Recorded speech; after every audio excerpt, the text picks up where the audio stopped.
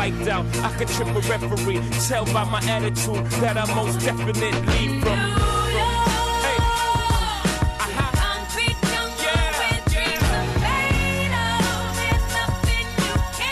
Hello, everybody. Hello, and welcome to another edition of This Week in Startups. This is episode 198. No?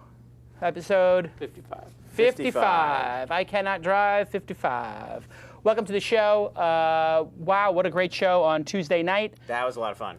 For those of you who missed it, the show is now up. We obviously aim here at the thisweekin.com channel to get shows up within 8 days of them actually occurring. No, the show got up relatively quickly. It took 2 days. It took 2 days. 2 days. 2 days instead of the usual one, yeah. But Leo Laporte gets his shows up in 2 hours. Right. So we're in competition with Leo, right. obviously. And so we are definitely doing all we can, and most of our shows do get up the same day. Right. We had an issue I should also add with venture capital this week, but that's because it was filmed remotely. We had to get the copy from them. But that will, if it's not up right now. I do hear this complaint across the thisweekin.com network a lot. The show's not up yet. The show's not up yet. What is exactly the issue for the people who are technical? Because they're like, I uploaded my video to YouTube and it was ready right away. It's that we have to make a couple different versions of it to go up to every different place that it goes. So it's staggered. It goes up different times on different services. Okay, But it's also something we're working on generally, so we'll have a better workflow. Okay, that's it. That's it? That's it. Yeah. So I heard a lot of talking.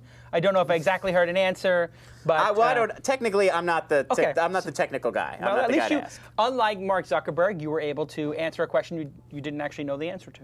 Exactly. I try. I do what I can. You're good. You're learning. You're learning. Yes. Just put out a couple of things like, yeah, we have a system that we're going to always just throw stuff out. Yeah. Well, you say we have a system that we're refining. And what's up with this shirt today, by the way? For the people who are watching video, like I haven't worn this shirt in a long time, but the collar is just flaring out. Usually the shirts are very crisp. Yeah, no, you know what? This is one of my older, like Joseph Abood shirts, and it should be more like this, but I don't know. Anyway, this week in Global Startup Meetup was on Tuesday night. Yes. We had like 10 cities join us. We had 10 cities call in live. 10 cities call in live. Dozens of cities. But it turns out that other cities such as Melbourne, where WebSpy is, hosted a meetup. Perth, rather. Yes. So like, I don't know, the third largest city in Australia, probably. I think Sydney and Melbourne and Perth all had meetups. All three? All three. Now, we're collecting all the photos from these, so if you have one of these photos, just email it to lon@thisweekin.com. Yes, please. That's Lon's email, and are people reading your screen? Yeah. They're like, what has he got on his screen? Is he looking at porn again? Tyler, please, behave. But anyway, that was a lot of fun. Mm-hmm. And one of the cities, Columbus, Ohio, had 70 people. And tons, yeah. They had a great pitch. We really liked that company. Mm-hmm. And the people who were, what was it, RR something? RRBO? RRBO. That was right. RRBO.com. The rental, your vacation home rental service. Well, it was actually for people who have timeshares renting them, but splitting hairs, it was a great idea, and they won an iPad for the city, and then what are they going to do? Give it away randomly to one of the people who came? Yes, that's exactly. Right. You got in touch with Chief Gad, who was their organizer, and he's going to decide how he wants to give away the iPad. So now, if you would like to become part of this madness, we're going to do it again. We're probably going to do it monthly, and we're going to do it at 11 a.m. Pacific time, yes, which is 2 p.m. East Coast time. East Coast time, which is +6, 8 p.m. in most of Europe. So we're doing this one specifically for Europe. I'm not going to be in Europe. That being said, we're going to do it. We're going to have a brunch here at Mahalo. Right. You will have Chef Jen create brunch this time, not cheese and crackers. No cheese and crackers. I want a serious brunch. I want eggs. I want bacon. I want oatmeal bar. I want classy seriously lunch buffet. We'll do it up. I want to really spend a lot of money on this and do like a really great brunch here. And lox, bagels, the whole thing, everything. I'm in. And then New York, you guys can celebrate, and East Coast celebrate however you want. They'll have lunch. But we need people to be in charge of each of the meetups. This is self-organizing. Mm-hmm. And what is required of a person who wants to organize their city? If somebody in Bangalore, India, I see there's 5 people who want to do it. What do they have to do? It all depends on if they want to Skype into us or if they just want to have a meetup and watch the show. If they want to have a meetup and watch the show, really they need to pick an organizer. They need to pick a venue early on. This is what we discovered. That's critical. The ones that didn't really get together and had a lot of last-minute problems was because they waited too long to settle on a venue. Right. People were like, oh, I don't know where to go. This isn't really happening, and they gave up. So you want to lock in the venue as soon as you know that you want to do the meetup, so that people see, oh, this is a real thing. I know where to go. I know what time to be there. All right, so you need a venue. A venue could be something as simple as somebody's home. It can be an office. Yeah, it doesn't have to be much. Don't get caught up on that. And we said it's going to be July 20th. 20th at 11 a.m. Pacific time. So just go to meetup.com/startups. Somebody asked me if I'm an investor at Meetup. I'm not. I'm friends with Scott Heiferman, who is the person who runs it. And it's just, I mean, it's legitimately a great product. I mean, it's amazing. It's working really well. I'll be honest. The original product I thought was a good product, and I would go to Bulldog meetups. This product, where one person can control and build their own global meetup, is interesting to me. If I want to do one little meetup in my city, I don't need this tool. Well, I mean, but to do it globally, this requires a lot of work, and we can pick who the organizer is. If you don't do your job, we can fire you and hire somebody else. We can kick people off of being organizers, and now, as they added just this week, you can email everybody, or you can email just the organizers, and that is so crucial. Yeah, because we have to remind people. There are people like, it doesn't tell you like, oh, by the way, now there's a location. Right, and I just want to get in touch with people like, hey, you're the organizer. If you guys want to Skype in, here's the full instructions. Here's how to Skype into us. Right, and people did a great job, I think. Amazing. I was blown away. And you know what else has been blowing me away is Ustream. I'm blown away by the quality. I'm blown away by the seamlessness. The White House is using it. We're using it. CBS, PBS, NewsHour has the oil spill. They have the 6 oil spill camera. If you want to see this, you just go to Ustream and you keep this up. This is disturbing. I didn't. Yeah, they I got don't even 6 like to views see it. of the end of the world. Yeah. 6 views of the end of the world. And now it's day 50 or 60 or whatever. It's 50 and I plus, think President Obama, day 50, he got upset. He doesn't get upset. He said he's going to kick really. some butt. Did you see that? It was on Today's Show. He said he's going to kick some butt. Kick some butt, yeah. Yeah, I know. Day 50. Well, you know, it takes a while. It takes a while to get that chutzpah. For it to sink in. That's what I hate about Obama. I'm really starting to not like the guy. And what I really hate about him is like, he's like, oh, the world wants me to be mad now? I will go on television and say I'm going to kick some butt. Just be genuinely pissed off about this stuff. I think this is part of what makes him a great politician, though, is that he really doesn't seem to feel emotion in the way most people do. He really seems like he's so in control. He's so centered all the time. Right. He's so calculating. It makes him, you know, great at what he does, but it also is like, it's a little weird. You feel a disconnect when you see him talk. The disadvantage to him getting irate about it is it gives people the feeling like they should be irate too if they're not. Like, it's in his interest that everyone just kind of keep calm. So. Yes. I don't know about that. But you know what will keep you very calm? It's using DNA mail. DNA mail. That'll keep you calm and free of anxiety. You just get your complete hosted exchange solution for $2.95 per user a month. God, it's so cheap, but it's so well done. The value of the product greatly outweighs the cost, and that's what we call value, and that's what startups should provide, DNA mail. Far from a startup now. They've got some pretty big customers, but you will be one of their favorite customers. And you know what? They use 100% US-based customer support. Why is that important? Why is that important? It's very important. I'll tell you why. Because our country's in trouble. No, it's not just important being nationalistic. Listen, it's a global world. But it's important because when you're talking to somebody in India or these other places, when you have a problem, you don't want to put another problem on top of it, like I can't understand the person I'm talking to. Right. That's no dig. People in China and India do not want to talk to American when their mail servers are down. Right. You shouldn't have to talk to somebody in India or Ireland or whatever. Ireland, some of those people have very thick accents, but anyway, U.S.-based customer support. It just means that it's going to be a little smoother. That's basic. They're not trying to save money on their customer support. They're trying to use their customer support to support the customers. Exactly. And that's the problem. Is some people, you look at customer support and they go, oh, that's our chance to save money. It's not. That's a chance to lose customers. I recommend everybody who has customer support do what DNA Mail does, which is use really super qualified people, spend money on it, do it here in the U.S. If it's a U.S.-based company. So thank you to DNA Mail for sponsoring the show. If you want to be on a future edition of Ask Jason or Shark Tank, it's pretty simple. You just email askjason@thisweekend.com.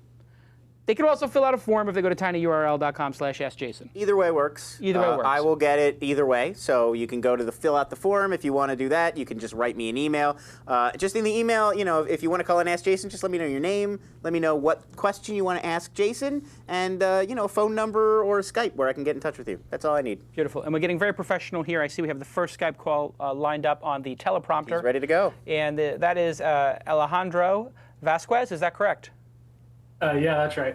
Okay, so I see you there, and I wonder if the audience can see you. We go on the old side-by-side. There we go. There's hey, Alejandro. Look at that with the light behind you. You look like a vision there, Alejandro. Where are you calling from? Westminster, Colorado. It's about 15 minutes from Denver and like 30 minutes from Boulder. So Very kind of cool. right in We were in Boulder for the Open Angel Forum. We'll be back there when, Tyler? August? Yes, August 3rd. August 3rd, we'll be back in Boulder for Open Angel Forum. And we're in Boston next week for Open Angel Forum, next Friday. So you have a question for us? Let's hear it. So I've came up with an idea for a company that I want to start, or a business that I want to start, and I've been working on it. I started working on it pretty recently, and I don't want to take forever to do it because I am a programmer, and I know that eventually I can, like, come up with it all on my own. But I'd rather have a handful of people because, for time reasons, and also because having a handful of smart people with me, I'll be able to get feedback. In the end, it'll be a better product. So I was wondering, like, what's your advice on getting team members, where to find them, what questions to ask, because I'm a student and my peers really aren't the kind of people that are motivated or talented enough to really contribute. Okay, this is a great question. We get this all the time. Where can I find co-founders? Well, you're in the chat room right now on Ustream with a couple hundred people. Shows like this or the comment fields on other blogs, other bloggers, people who are going out and doing stuff, other events. There's a huge startup scene in Boulder. Go to your next event and say, put a badge on that says, I'm looking for technical co-founders. If I'm walking around an event and I'm a programmer and I'm looking for technical co-founders, I'm going to say, hey, this guy's interesting. Yeah. And then you just get a piece of card printed up that says, I have a great idea and I'm looking for some people to help me build it. I'm looking for technical co-founders who crave equity, not cash. Who wants to start a company with me? And then as you go around, just hand it out to people. I'm Alejandro. Boom, and just give it to people. Eventually they'll hand it and say, hey, I know you're not looking for a job, but hand it to somebody, if you find somebody, hand it to them. You could do a blog post about that. You could put an ad on Craigslist to do that. You can put comments on Hacker News, all kinds of different things. And I don't know, there's no website like Find a Founder. It's actually a great idea. Jesus Christ. I mean, it's like every day I have to, this is the curse of my life. It is. Findafounder.com. Who owns that? That's a great. Findafounder.com. If somebody in the chat room, adult friend founder. That's a good one. Adult founder finder. Yeah. Well, anyway, somebody create the site. If somebody if somebody creates this site, I will endorse it and give me 10%. It's a great deal. Pretty good deal. My endorsement 10%. Can't beat that. So that will work out. Oh, actually, wait. Somebody Scott Skimbo says twist startup effect. I see this has come up before. Twist startup effect. Somebody did, and I think this was also like I'm looking for a co-founder thing. So those are all different ways to do it. Twist startup effect. Seeking active technical founder, San Diego. Oh wow. Okay, somebody built it. Great. So there you go. Go here. Go there. What we're looking for. Okay, and you can look at this, and we put the email there, and you share it. So I can retweet this right now. I'm going to retweet this wherever this dude is. There you go.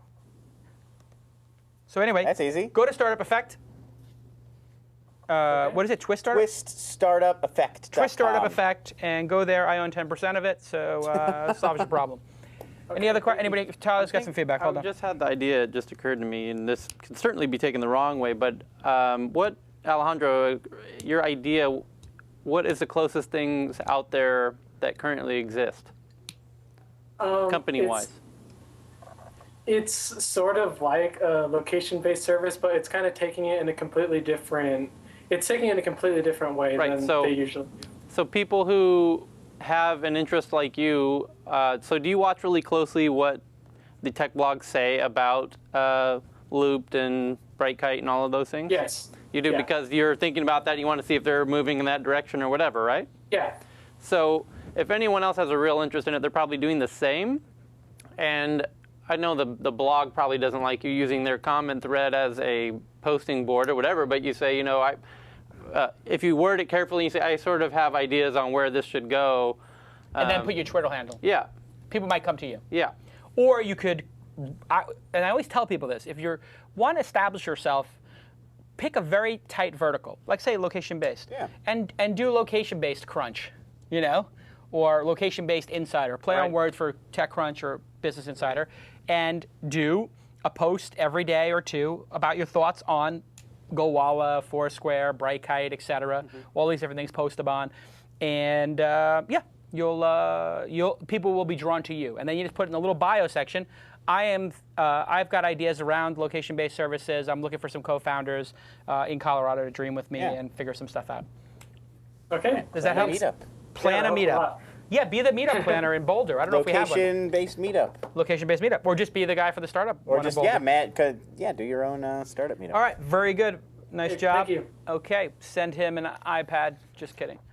You do not get an iPad for calling in. But if you listen to 10 shows and you say, I can't wait for thelaunchconference.com. Right. You do that 10 times, you will get a free ticket to the launch conference for the first 100 people. You have to check in. I'm going to put a little cap on that. Check in with Roberta. She's in the chat room as this week. If you want I'm going to limit it to 100. Register that you are here so she can keep tracking her list. First 100 to do it. That sounds fair. Just because I only have so much space and I got to sell some tickets to this thing. But we will have a date probably next week, right, Taylor? Exciting. We'll have a date next week. And some of our meetup friends are coming too. Yes, I gave the people who pitched, I gave them each a ticket. Basically, I'm going to have a very large space for the event. I'm an inclusionary guy. You are. I like to include a lot of people. They'll room with me. It's okay. Who said you were going? Wah, wah. No. All right, so we have our next caller. Hopefully this person doesn't look like they're in a prison cell, but maybe they do. This actually is a pretty good-looking signal. Chris Russell, are you there? I'm here, Jason. How are you? I'm good. Look at that. You have a beautiful skylight in your office. Thanks. I just moved down to my basement here, so it's my new office. Okay. In your dungeon, you have a great lighting. Where are you calling from? I'm in Connecticut. Oh, Connecticut. Very nice. Where, Darien or? I live in a little town called Trumbull, not too far from there. Okay. Very nice. Did you play tennis today? I did not. Play this weekend? No, I worked all week. Will you be playing this weekend? I will not. I'm not a tennis player. Oh, okay. Just more of a bike mountain guy. I remember I had a girlfriend, and she lived in Darien, Connecticut. And slightly off topic, but we go. It's like a younger kid from Brooklyn. And she said we're gonna play. We're gonna go play tennis with my dad at the club. Sure. I said, I'll go to the club play tennis. I never played, but I'll play. Whatever. I'm flexible. And she comes in with a pair of white tennis shoes, white shorts, and a white shirt, and hands it to me. Goes, here you go. And I said, well, no, I'm wearing my basketball sleeveless, my N1 Charles Spurwell shorts, and my basketball high tops. She goes, you can't wear black. I said, why not? I wear black every day. Not on the courts. Not on the courts. So I had to wear, when I'm wearing these Simply not white done. little short things with these white tennis shoes, I felt like such a dork. Never again. Chris, you have a question. I do. So I'm a solo entrepreneur, much like how you started out. I've been doing that for about 10 years, actually. And my question is going to surround sort of the whole free versus pay business models out there. Yep. I want to get your thoughts on that. I just started a new site. It's a niche job search engine for green jobs called GreenJobSpider. And my plan is to charge employers a monthly fee to be indexed, to have their jobs indexed into the search engine. Sure. And then send them traffic back. And the site launched about 4 months ago, so it's fairly new. So far, my initial sort of sales calls, I've been getting a little bit of resistance from employers as to paying for a service like this. They're not quite sure about indexing yet. They're still not familiar with the term. So I started thinking about, well, what if I go to a freemium model where I index all the jobs I can find and then try maybe just upsell other advertising services and AdSense and things like that. Will that sort of hurt me long term as far as revenue goes? What are your thoughts on that kind of subject? So you're asking, I have a chicken and egg problem. I want to have these clients on my very cool looking site, GreenJobSpider.com, which I just tweeted. Great idea, vertical job site, but people are not willing to pay, and you probably don't have critical mass yet, so you have this whole chicken and egg kind of thing. So should it be free? Should it be paid? And obviously there is a middle ground. It's called freemium. What freemium means is free plus the word premium put together. Freemium. And free is the road to paid. So what you do is you offer all the different features on the site for free. Somebody can experience everything. Once they've experienced everything, then you upsell them on something unique. So I'm looking at the site right now. I see there's a whole bunch of categories, solar, wind, whatever. And then I see on the right, there's this little area with these boxes here that really, to be honest, doesn't serve that much of a purpose. See this area I've highlighted on the site? Yep. What I would do there is I would say featured job. And I would put a picture of the company, and I would write narrative that's really beautiful about that job. And I would offer that spot for the site for $100 a day or $1,000 a week. And then I would offer it per each category if you can get to critical mass. And then what you could do to the person is say, can I come interview you about the job? And so I offer, with a flip cam, I come interview you about the job and what it's like to work at the company, and I charge $2,000 for that. But you get to own the video. You get to put it on YouTube. We put it on our site. You can put it on your job posting. When you post it to Craigslist, you can say, watch this video of the thing. I got this from Tyler. I stole it from him earlier today. He does these great job videos for people who are coming to work here at Mahalo. And video is very powerful, and people are willing to pay for it. So now you're upselling them on that. Then you get to critical mass. You see this spot here. You have the first couple of jobs. The first 3 jobs, then you take those 3 after you get the right-hand side sold, and you sell those for $25 per day to be in the first slot, $20 per day to be in the second slot, and $20 a day for being in the third slot, where you make the first one $50, the second one $25, and the third one $25. Now you've got 3 what we would call in the business premium listings. Yep. And now you're starting to make money. You want to have critical mass. You want to write about all these jobs. But then I'm going to give you something you didn't ask, which is how do you get attention for your site? And what I would say is you have to create content that will make people feel you. And yeah, so you have a blog. What are the things that will make people feel you? You should write about, is this a good company to work at or not? You could survey previous employees. You could do an interview with an anonymous employee from one of these places. That's powerful editorial you can't get anywhere else, right?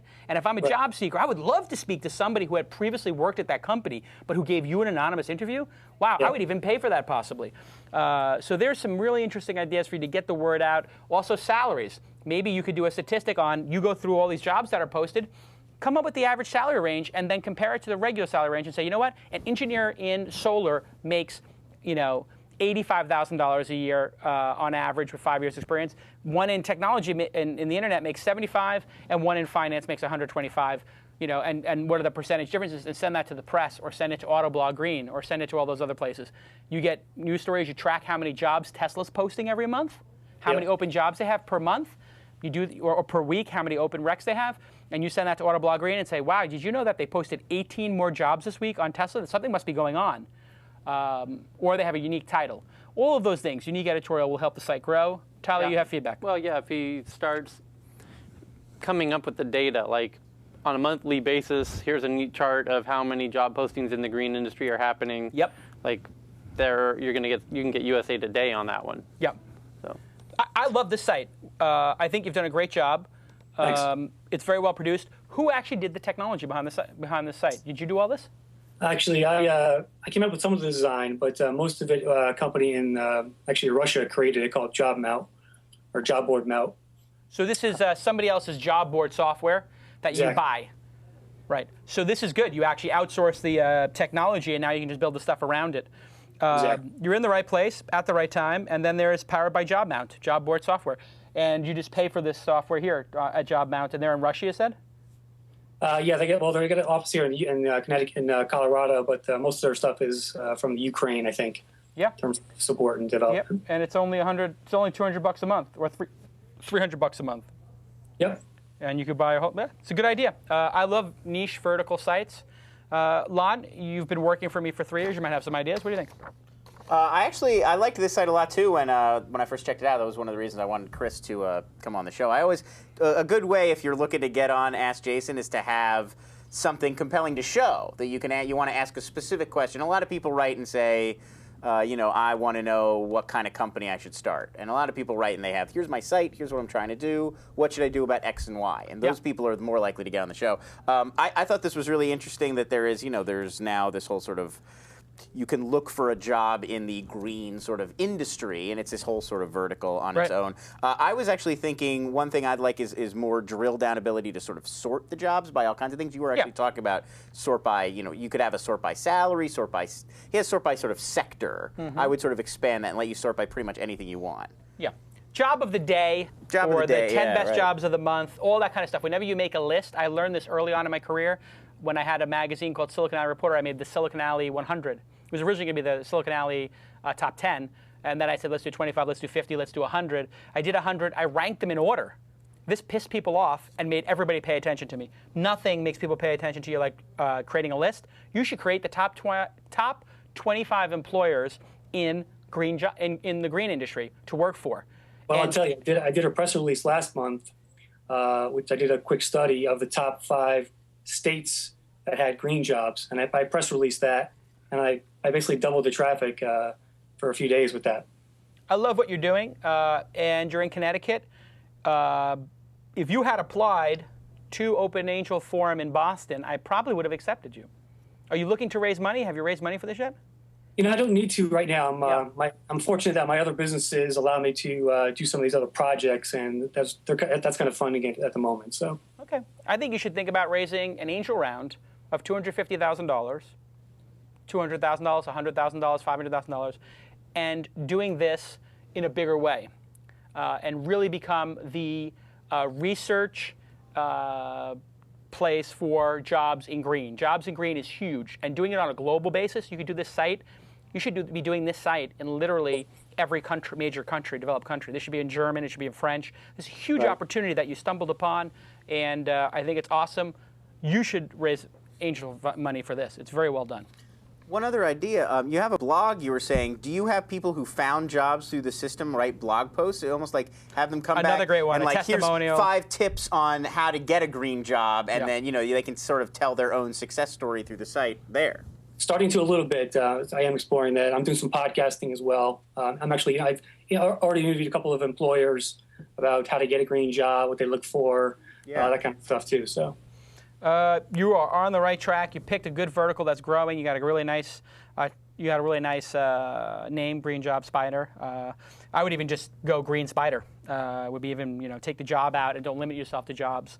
Although 20 people just registered the domain name for you. Anybody who registered the domain name, you must give it back to him. Everybody go follow GreenJobSpider on Twitter. Hopefully we'll get this guy a couple of 100 extra followers. I just tweeted to follow you. Thanks. Good job. And I really like what you're doing. And you know what? We have 5 callers calling in today. We do. I'm going to let everybody come to the launch conference. Is that okay? Oh, that's awesome. Yeah. Would you like to come to the launch conference next winter? Sure. Good. Okay, so you're in. Roberta, take everybody's name down, and they'll, Chris and Alejandro, I'll look forward to meeting you in person soon. Well done. We'll talk to you next time. Thanks, Jason. Appreciate it. Cheers. Okay, we're cruising along here, and we're keeping track of everything. You know who else is keeping track of everything? WebSpy. They are. WebSpy keeps track of everything for you. You don't have to think about it. Just what I was Analyze thinking. your network activity. This helps you identify excess bandwidth consumption. Hey, that goes on at companies. Somebody's downloading something on BitTorrent. Somebody's doing something Hulu. Somebody's watching Hulu. I cannot. This is the one Gen Y thing. I have the greatest team in the world at Mahalo, but I go on tilt when I see somebody watching television at work. Yeah.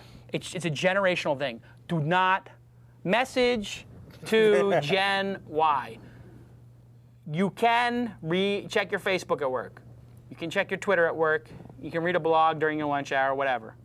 You cannot watch television at work.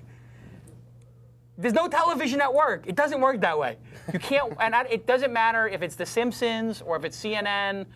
Don't watch television at work. It's unprofessional. Why do I have to even say this into the camera?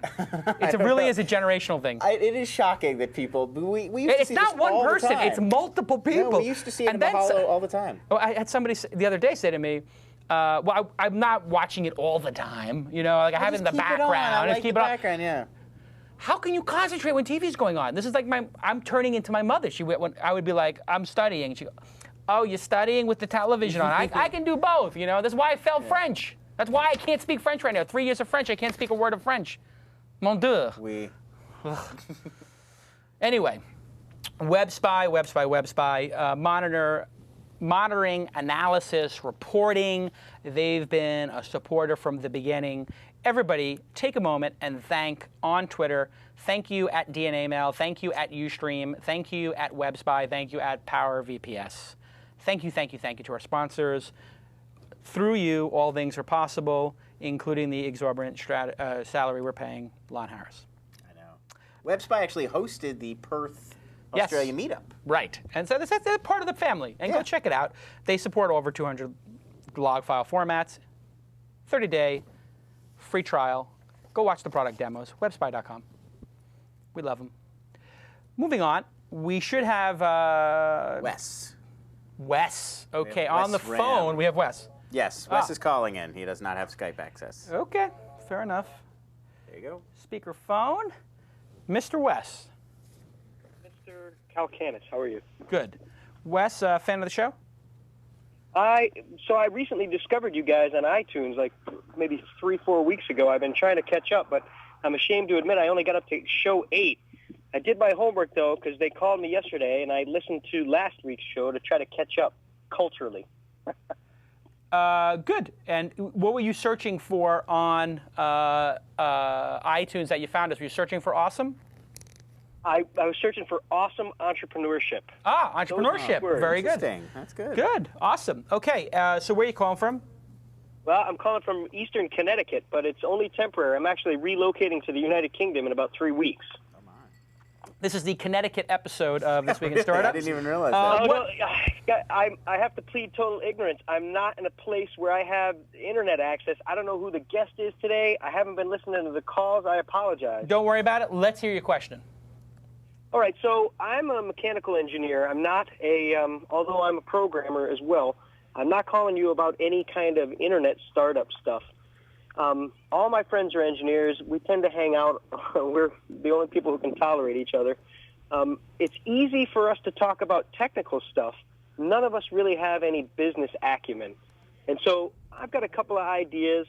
I just left my full-time job today. I finished my checkout this afternoon. I'm starting up a new thing in the UK with regards to engineering. I have some ideas. How does one go about vetting an idea to see if it's marketable? That's the first part of my two-part question. Okay, so how is an idea marketable? That is a good question. What you need is you're going to need to find somebody in that vertical, somebody with what we call domain expertise. So if you're thinking about doing something in the vertical of retail, you need to talk to somebody in retail, whether it's a store owner or somebody who works on the floor or somebody who works in the accounting department. You need domain expertise. And this is where technical people tend to get themselves in trouble. They can build a solution to any problem. Technology allows you to hang yourself. You can build feature on top of feature. And one of the things Tyler and I consistently see at the Open Angel Forum and even at TechCrunch 50, rest in peace, is we see people who have built something that is incredibly technically savvy, that solves a problem that nobody has. That nobody has. That nobody has. So it's like, it's the chicken and egg thing, like Seth Godin. Do you build a tribe first, or do you build a product and then build a tribe? Right. So what you want to do is you want to do a little market research. And this is where engineers have a problem. Because let's face it, a lot of times people who go into engineering, they might be, you'd say, a little socially awkward. I'm not pointing any fingers to any specific entrepreneurs or any individuals. Right. But it does happen that way, that some people who are drawn to these technical problems are less drawn to social activities. You have to get over your social anxiety, your social fear, if you have that. If you don't, great. Find those people. How do you find them? You could put an ad on Craigslist. I'm doing market research about fast food restaurants. I'm doing market research about cafes. I'm willing to give a $50 gift card to Amazon or to the Apple Store, to anybody I can speak to for half an hour about their business. Okay. Be brave and go do that. I tried to crowdsource some opinion on Reddit a couple of weeks ago, but I think what I was lacking was incentive. Yeah. So, some sort of reward scheme might be very helpful there. Yeah, and what you can do is you can lie. You could say, I am from the National Research Association of America. Whatever. That probably exists. But say I'm from the Technical Research Department. You can go buy that domain name.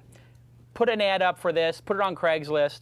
Be creative. This is what Tyler does. This is why I got Tyler right here. Hey, Wes? Yeah, Tyler, go ahead. Yeah. Who would be, if you had 3 people, who's number 1 on your list in terms of dream person that you could ask questions of?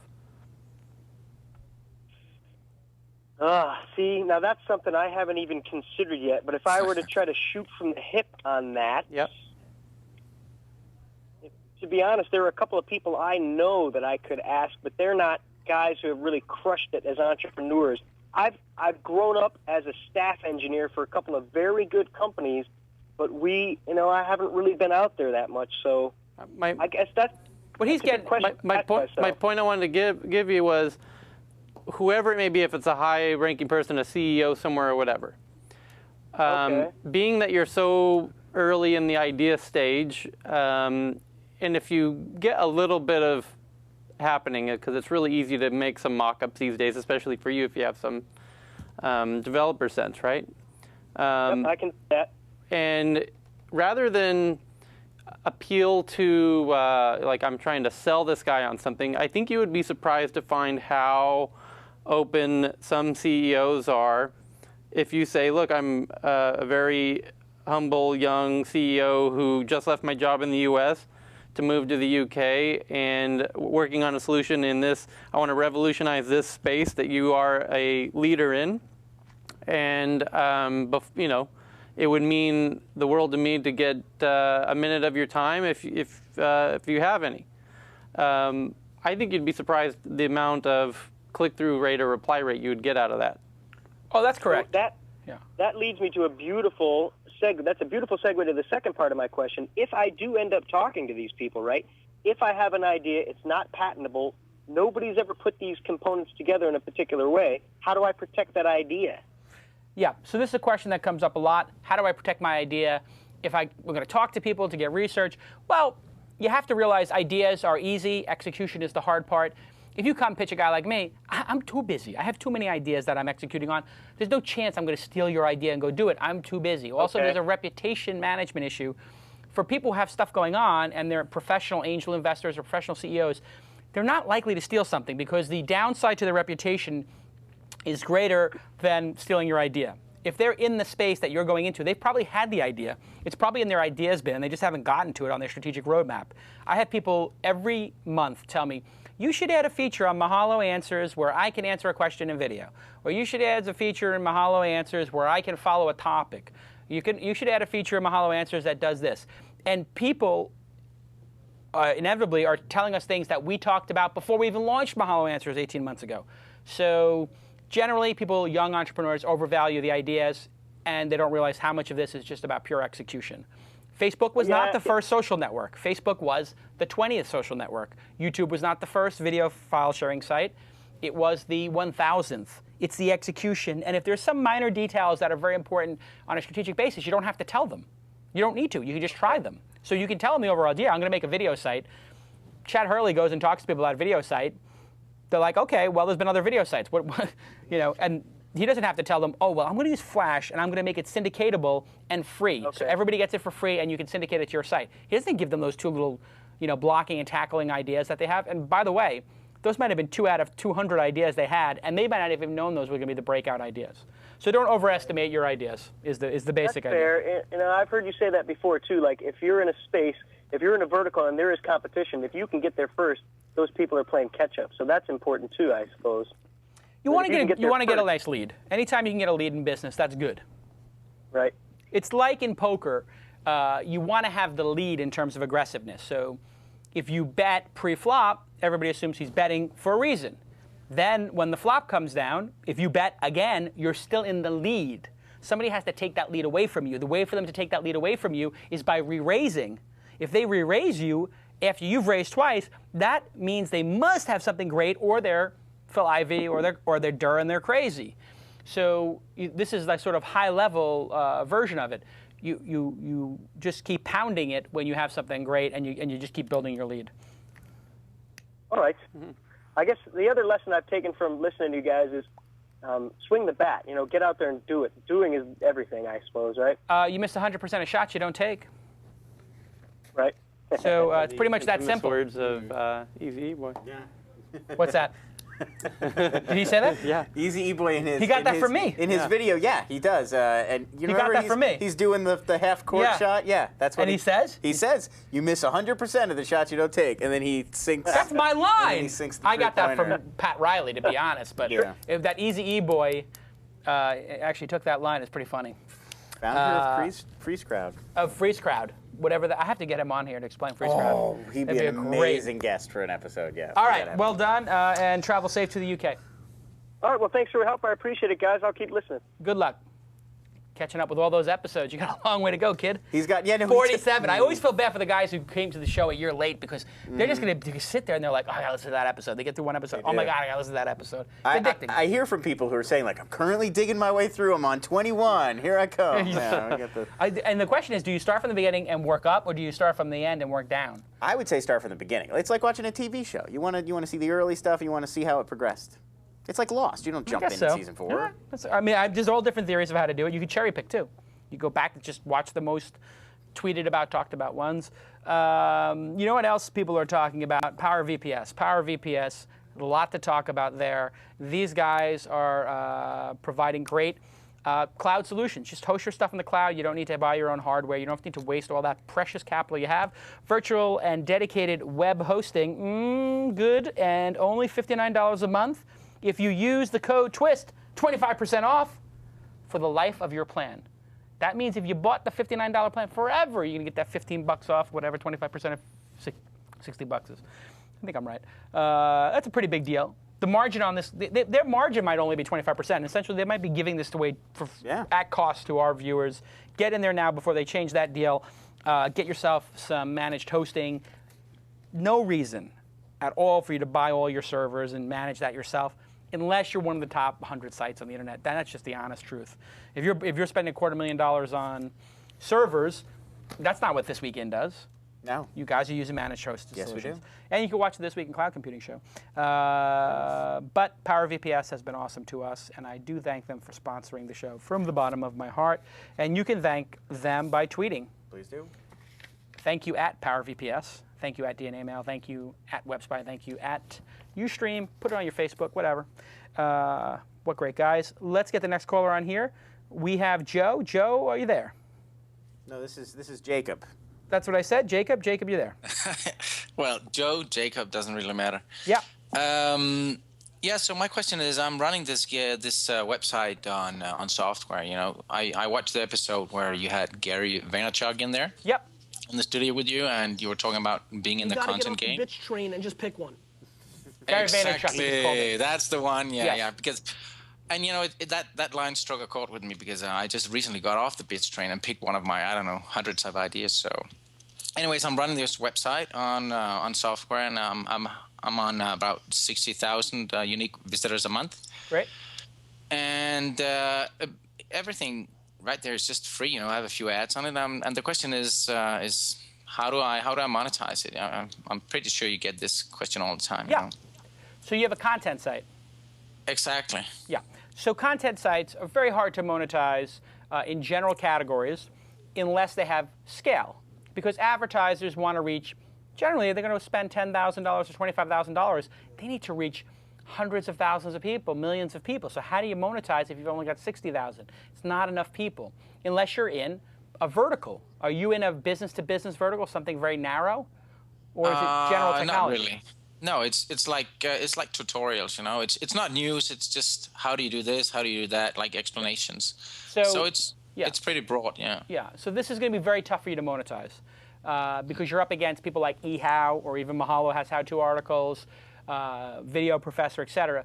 So I think what you have to do is you might want to pursue a freemium model where you give away the first 20 how-to articles and then you pay for the next 10, something premium. You can imagine on this show if I was doing, if I did a series of Meet the Angels and I did only interviews with angel investors and I charged $25 for them, you could be sure people would pay for them. Sure. Because angel investors are hard to get to, and you would love to hear them talk about it. And, absolutely. It would be pretty compelling. I mean, we have viewers every week calling up and asking us about how to get advice from VCs and angels. Yeah, so that could be an incredible thing we produce. And you could charge for it. So I think premium content would be a way for you to do that. Second thing is you might want to do something called custom publishing. In the magazine business, you ever open up a magazine and you see there's like a 10-page article on Aruba or Jamaica or Seoul, Korea? That is content that was produced by professionals for the Visitors Bureau of the Bahamas or something. And they're making content for them. So custom publishing, and you can do a Google search on that, can be a great way for you to go to somebody and say, hey, technical person who sells this software package for video editing, would you like me to make 20 how-to articles about your video editing software and come up with examples? And then you can come into a small company. I would go after the small companies where you have one director of marketing who handles everything. And they may not have a huge budget or an outside agency. If you have to go to an outside agency, you're dead in the water, unless you have a very loved niche brand with a very peculiar company. You need to find the small companies that are under $100 million in revenue, under $10 million in revenue, perhaps under $1 million in revenue, and sell them on a very small package of $1,000 a month or something to sponsor the site. Okay. Did we get the name of the site? What's the name of the site? Well, it's my last name. It's JENKOV.com. Jenkov. Yeah, Jenkov. Yeah, it's growing. It's growing nicely, but it'll take. I did the numbers. It'll take me like, I don't know, 2-3 million visitors before before I can actually make any. So you're a software developer and you're teaching people how to do all this stuff. Yeah. Another possibility for you is to actually I don't know if these streaming companies do it yet, but I'm waiting for somebody to do this where you actually do a streaming tutorial where people pay to be in it. And you can check with Ustream to see if they provide this. You can do like online conferences. Yeah, if you could actually charge for an online conference, you can do them for free to teach people how to use a certain type of software, like this Butterfly software. If you did a free course and then you did a $99 3-week advanced course or something on the weekend, somebody might actually pay for that. And they might be able to get their boss to pay for it. So what I would do is I would take whatever vertical you're really good at, like say Butterfly, and I would do like Butterfly Guru or ButterflyTraining.com or something like that. And then I would focus just on that and trying to sell something in that space. Because you have to learn as an individual, as an entrepreneur now, how to sell. You've got to get that into your DNA. And the only way you're going to do that is by focusing on something very narrow and creating something of great value. Think about value. What would you pay for? What could you charge that would be undercharging and delight the customer and make them feel like they got the greatest deal ever? Sometimes people take a Virgin America flight to San Francisco from Los Angeles for $29 and they can't figure out, wow, that's so great. Or they take Ryanair and they go, I paid $50 for this. I can't believe this is so cheap. Or they go to a certain restaurant and they eat something and they go, I can't understand. My God, I had an incredible burger at In-N-Out and it was $3 or whatever it is. Money is important to people. Value is what it's about. It's not how much does it cost. It's how much value does it have. How much value did I get for my dollar? Gordon Ramsay talks a lot about this in the restaurant business. Did they get value for dollar? Forget if it's $10 for the hamburger or $30 for the hamburger. A $30 hamburger could be an incredible deal if it had foie gras and black truffles on it for $30. A $10 hamburger could be a ripoff if it's a frozen patty that sucks. So think about value, and the way to think about value, we had another caller on, is to start talking to the potential customers. So you could find the people who use this Butterfly in the IRC chat room or on a mailing list somewhere and say, what training would you pay for? Or what content would you pay for? So you're off to a good start, and you got off the bitch train. You got to get off the bitch train and just pick one. And you picked one. Keep evolving the software. Any comments from the peanut gallery over here? Tyler, Lon? I think that's the right advice. I think it's just it's going to have to reach either critical mass, or it's going to have to find like a really kind of tight audience that just lives and dies by the content on that site. And how-to content it's so ubiquitous. I mean, there's so many different people trying to make plays on that right now. What I like about this is very narrow. Yes. You might want to email Tyler at Mahalo after this and talk to him about some of the things he's working on, because maybe there's a way we could work you into some stuff we're doing. Okay, well done, and keep crushing it. Let's get our next caller on the line. We're moving pretty quickly right now. Yeah. We're at about an hour into the show. And we've been, what, three callers so far? Well, 4. I think that was 4 callers. 1, 2, so we only 3, have one. 4. One more caller. We have one Ask Jason, then we have a Shark Tank, and then we have some news. Yeah. And that's a show. Yeah, that's a show. We got to keep moving, though, because we've got 2 more callers. I thanked all the sponsors already. I thanked all the sponsors today. I believe you did. Yeah. Just as a programming note, there's a new show on the network. Yes. Several coming up in the next couple weeks. Well, there's several, but you have one debuting this Sunday at 6 p.m. Yes. For those of you who watched This Week in Casting, where Kevin Pollak and I were taking pitches, a guy named Ed Krasnick came in. Hilarious guy. He's funny. He's really funny. He's a legit comedian. No, he's been doing stand-up for 25 years. Right, and he's been in movies. He's done a couple films. I've definitely seen him on television. He was on Mad TV, and he did a Woody Allen impression. And when I first met him, I was like, how do I know this guy? Yeah. And that's how I know this guy. So and anyway, then he did the Woody Allen impression for it, and it's amazing. He'll have to do it on the show. So Ed Krasnick, a very funny guy, and I thought he had the best pitch during the casting sessions, and it was for This Week in Comedy. And tell us what he did tell us what the show's about, right? And tell us what episode 0 is and how that works inside the studio while we wait for the call. It's basically, he would describe it as sort of, it's comedians giving you the inside story of what it's like to do comedy. So it's a funny show, but it's also about what it's like to be a comedian and how comedians find their voice. We're sort of internally calling it Inside the Comedian Studio, because it's a lot like what James Lipton would do. Where he's getting the first episode that is going to be on Sunday has 2 amazing comics that I grew up with, really, Rick Overton and Paul Provenza. Paul Provenza actually created The Aristocrats, that documentary film. I love that film. He directed that film. It was his idea. So he's going to be on here. I'm sure they'll talk about that. But yeah, it's really about like sort of the art of comedy and what it really is about to be a comedian. He did do a pilot with us last week that's just for our sort of, we film these pilots and then we don't air them. We just keep them so we can look at it and get a feel for the show. And honestly, we could have put the pilot on the air. I mean, it was that. You released it at the 50th episode or something. We're going to hang on to it. We'll do like a lost episode week where we'll have all of the pilots. So this is one of the first new shows, not a technical show. So for all the people who are like, oh my God, you're competing with Leo, 95% of the shows we do are not going to be non-technical. This is the first of many entertainment and lifestyle shows we're going to debut in the next couple months. We've got a caller on the line. Who's there? This is Joe. This is Joe, yes. Where are you calling from, Joe? I'm calling from Manhattan Beach. Manhattan Beach? Just down the road. Just down the road. And I think I see the beach in your window in the mirror behind you. Is that the beach? Yeah. Sweet. Yeah. And I like your BP oil shirt. Let me see that shirt, please. BP cares about nothing but themselves. There was somebody who was saying that people in England are upset about the backlash. Colbert was talking about this last night. It's like, really? People of England, are you out of your skulls? Can we take this oil and put it, I mean, England is an island? Am I? It is. It's one out of every 7 pound of British petroleum is in the UK pension system. So they're talking about AOC and they're talking about, so it's a mess. Wait a second. You're saying that the pension systems in the UK have invested heavily, 15% of their money, in BP. Yeah, they say 1 in every 7 pound. Okay, so this is not BP's employees' pension. This is the pension for all of England. The whole it's tied country. up in, 15% of it's tied up in BP. Yeah, exactly, the whole country. So if BP gets wiped out, people who are retiring get 15% less. Hasn't BP lost like $50 billion of its stock value recently? More than that. Yeah, I think it's down half. And it's gonna go to, I'm telling you right now, I guarantee you BP will be insolvent a year from now. They are absolutely going to zero. Yeah. You heard it here first. I guarantee you the company does not exist. It is Enron or was it Arthur Anderson that also blew out in the Enron mess? That's there. WorldCom blew out, I believe. Did WorldCom blow out? Yes, and Arthur Anderson was actually the accounting firm. Right, but they blew out. They blew, yes, they're This done. is going to be a blowout. There is no Exxon recovery for this. No.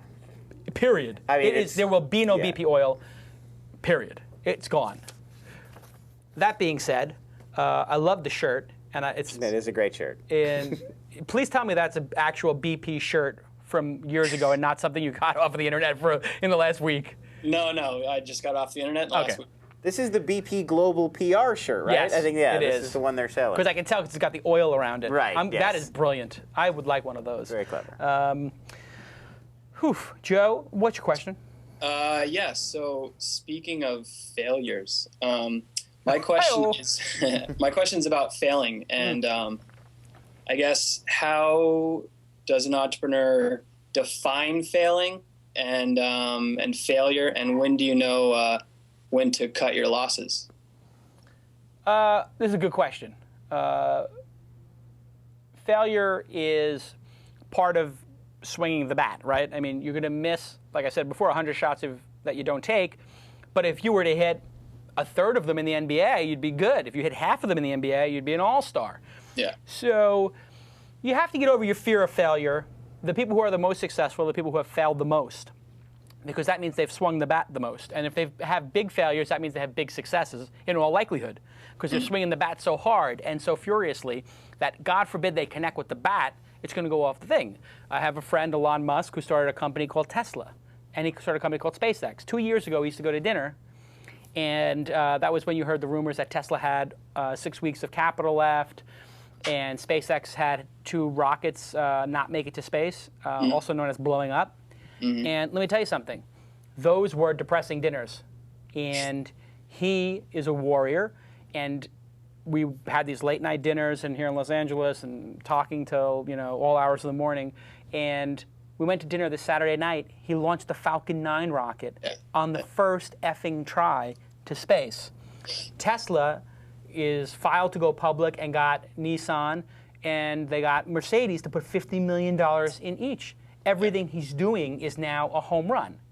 And I gave him a toast, and I said, 2 years ago, this dinner would have been wildly depressing, and it felt like it was the end of the world for you. And it's 2 years later, and you're on top of the world. And you know what?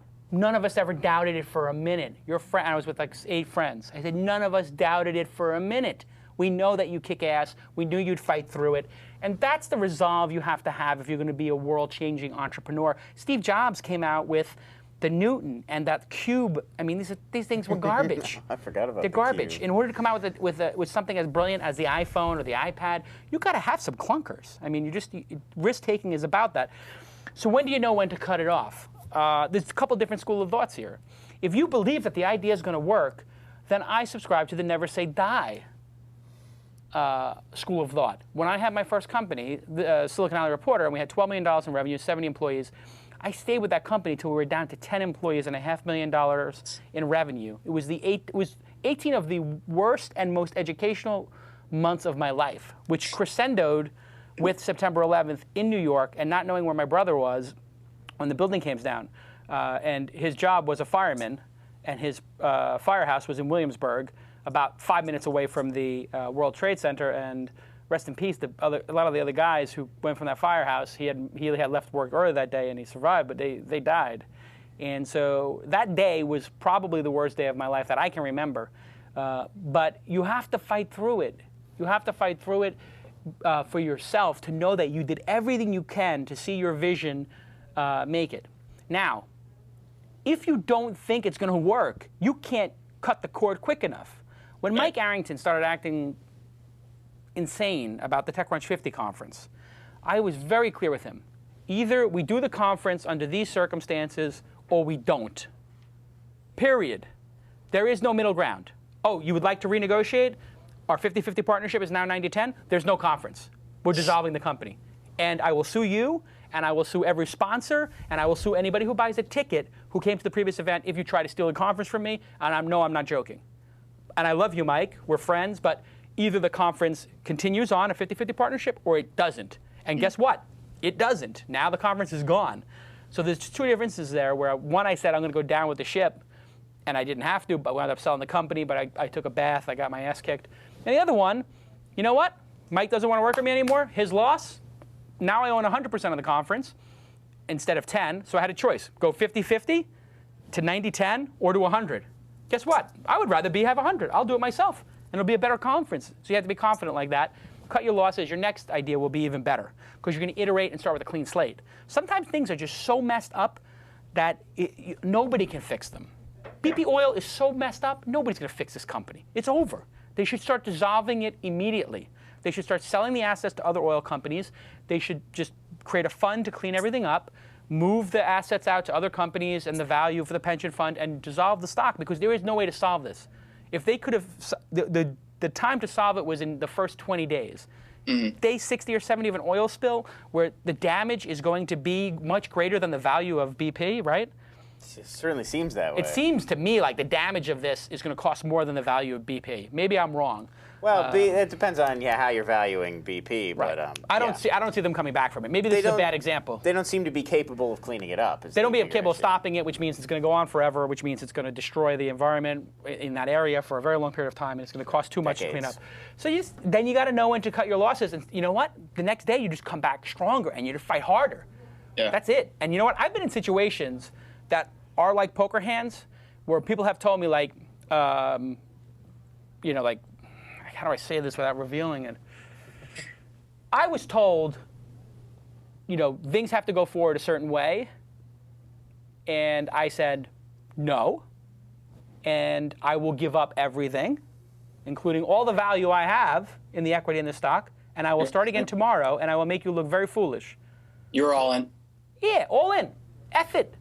And if I lose my hand, you know what? I'll start a tournament tomorrow. I'll do it again. Because you have to feel that way as the entrepreneur, the person who is the creator. As the creator, you can create again. And you always have that card. That's why people think, oh my God, the VCs, they got me by the bed. The VCs don't have anything. If you leave as the creator, they're left holding a company that they don't know how to run. And they don't have the time to run. And you can start again tomorrow, fresh. People don't want me to be the CEO of Mahalo. Guess what? Tomorrow I'm starting Mahalo 2.0. And now you got to compete with me, and I'm starting fresh, and I own 100% of it, and I don't have any of the baggage or any of the things that you think are a problem. So you have ultimate power as the entrepreneur, I believe, to shut it down and start again, or to fight like a dog, until they burn you alive at the stake. So how is failure defined, say, in a bootstrapping sense, like in an idea, founding a company? I don't believe in failure. Oh, that's funny. We just saw a headline. I didn't mean to Thank you for distract There's a funny story on TechCrunch. Like, how do you delete your Mahalo page? I don't know if we have a delete feature. We don't. I mean, you can write us and say, remove me, and we'll remove you instantly. I don't know if we've ever had anybody ask us to delete the page, but put a delete page on. Put a delete button, please. I'll make a note to the team. Anyway, point being, I don't believe in failure. It's just like, it just all becomes like the culmination of your experience. It's like you failed a test in college. Does that mean you're a failure? No. You failed out of a course in college. Are you a failure? No. You failed out of college, and then you went back and got your degree. Are you a failure? No. Same for startups. You failed at a certain product in your startup, make another product or feature. You failed at a certain product in your company, junk the product and do another product. Oh, wait, your product doesn't work? Start another company. Company fails, start another company. That's it. There is no failure. If you start thinking there's failure, you don't realize that we live in the greatest society ever here in the United States. You can start a company tomorrow and you have no baggage. There is zero downside to failure in this country. Therefore, it cannot be defined as failure. Yeah. How do you define it as failure if tomorrow you can start over again? This is why there's two different types of people here in the United States. There's rice pickers and there's samurai. Once you have this get into your head like, oh my God, I can just start over again? And there's zero cost to me? And I don't lose anything? I just start again? Then you are a samurai forever. You're a warrior. You're a ronin. You can just do whatever you want and just rip people apart and sharpen your sword and just go out every day and cut people's limbs off. But if you're a rice picker, you think, oh my God, I got to get this rice together because my boss wants this rice at the end of the day, and all you're thinking about is these little pieces of rice. You don't realize there's a whole world out there beyond the rice fields. Be a samurai, not a rice picker. That's it. That's all I have to say. Okay, That's it. Nice question. Well done. Thanks. Cheers. I think I answered the question. I think you more than answered the question, actually. Sorry, the question put me a little bit on tilt. He tilted me with that question. His question about how do you know when you failed is interesting. But the flip side of that is how do you know when you've learned something? I guess, like how do you know when you've how do you know when you've developed and advanced? Yeah, I think an intelligent definition of failing is when you're repeatedly learning the same mistake over and over again and not learning from the mistake, and you keep making the same mistake without learning from it. That's sort of there's no progress happening there. Failing is a step to progress. Absolutely. But if you keep failing without taking the step toward progress because you're not learning the lesson, that's madness. That's real failure. Yeah, that's real failure. Yeah. But then again, some guys some guys try to do the same thing over and over again, and they wind up doing it on the 4th try. Yeah. You know, some guys, or folks, girls too, like they tried 4 times to do a restaurant. I think it's because they're learning. They're learning some lesson there, right? Right. So maybe the outside world, it seems like they're not, but they are actually. But that you know internally. Yeah, you know internally. You know what? I'll tell you something about humans. We are very self-aware. It's just a matter of if we want to admit it or if we're lying to ourselves. When you do something stupid, when you've failed, you know it. And then it's just a matter of if you want to admit it or to yourself or not. I've had plenty of failures. I've done lots of things that haven't worked. And you know what I say to myself? That sucked. Moving on. And you know, I even do the same thing to the successes and the wins. You know, oh my God, TechCrunch 50, first year, such a success. Great. You know what? I got to go back to work. I don't have time to sit here and revel in the success. Bask in your success. Yeah. That's why I don't look at press clippings. That's why when you come around this office, you don't see 100 press clippings with me and all my victories. Yeah. I measure my press by the pound and the inch, and I put them in the box. And my wife's like, oh, we have to get this framed. I'm like, no. You have to put it in that plastic box and seal it, and the kid can look at it when I'm dead. But I'm no interested in looking at my press clippings while I'm alive. So the girlfriend marriage thing, do you look at your ex-girlfriends as failures? Or were they learning lessons towards that you applied towards the one that you end up marrying? That's a wonderful insight. You knew it was coming. People, am I right? Like, you don't look at your ex-girlfriend as a failure. You look at it as, well, I learned a lot and I grew from it and I applied it to the next one. And eventually you learn enough that someone actually wants to, right? Yeah, absolutely. I agree. Every girlfriend is a and knowing your last girlfriend or 2 or 3, is, I know where you're coming from on that. Every girlfriend's dog is a learning opportunity. Yes, you've advanced in that way. Yeah, I was actually going to say it sort of links up to what we were saying to what you were saying to one of the previous callers about sort of it's the execution, not the idea. So many people are married to their ideas, and it's like if it's not working. Okay, wasn't that great of an idea? Come up, what's your next idea? And it's not, you can't just be like, well, this idea is so good, I'm going to try it and try it and try it, even if it's never going to work. The individual, the entrepreneur, has to be bigger than the idea. Exactly. Steve Jobs is bigger than any one idea. Right. I mean, you know, and presumably Apple products, there have been Apple products in the history of the company that didn't work. It wasn't, oh my God, Apple is dead, we're going to fail forever. It was like, okay, that idea didn't take. How can we change it? How can we fix it? Let's get our newsman in here. Let's do the news. We have a Shark Tank. I don't know if you want to do Shark Tank. Oh, we do have a Shark Tank? We can do news and then Shark Tank. It's up to you. You're the host. 2:14. Let's do a quick Shark Tank. I need money. What I want, that's what I want. That's what I want. That's what I want. What I want. That's what I want. Hello. How you doing? What's your name? My name is Sterling. Where you calling from? Calling from Atlanta.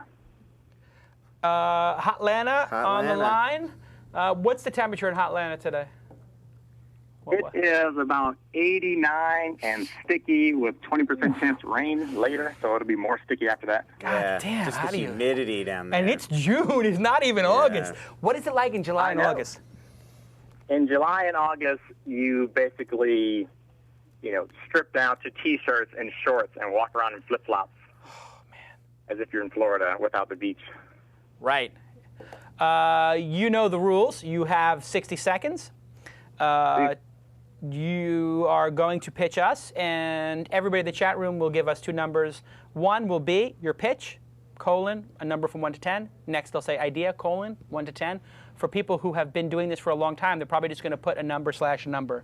Right. Some people who are, they know. P colon, I colon. That's usually what we do. Some people just put 1, 2, 9, 10. They just know. We know.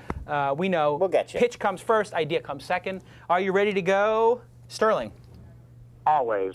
3, 2, go. As a father of 2, I know that most every parent has a room or garage full of clothes, toys, cribs, and cradles, etc., that they no longer need. Most of this stuff is hardly used, but because it's no longer needed, you either give it away at a loss or donate it at a loss until now. StorkBrokers.com is an online marketplace that allows parents to sell all their no longer needed baby and kid items. There are approximately 60 million parents in America with kids under 8 years old, and on average, they spend about $4,000 a year on kid products that they quickly outgrow.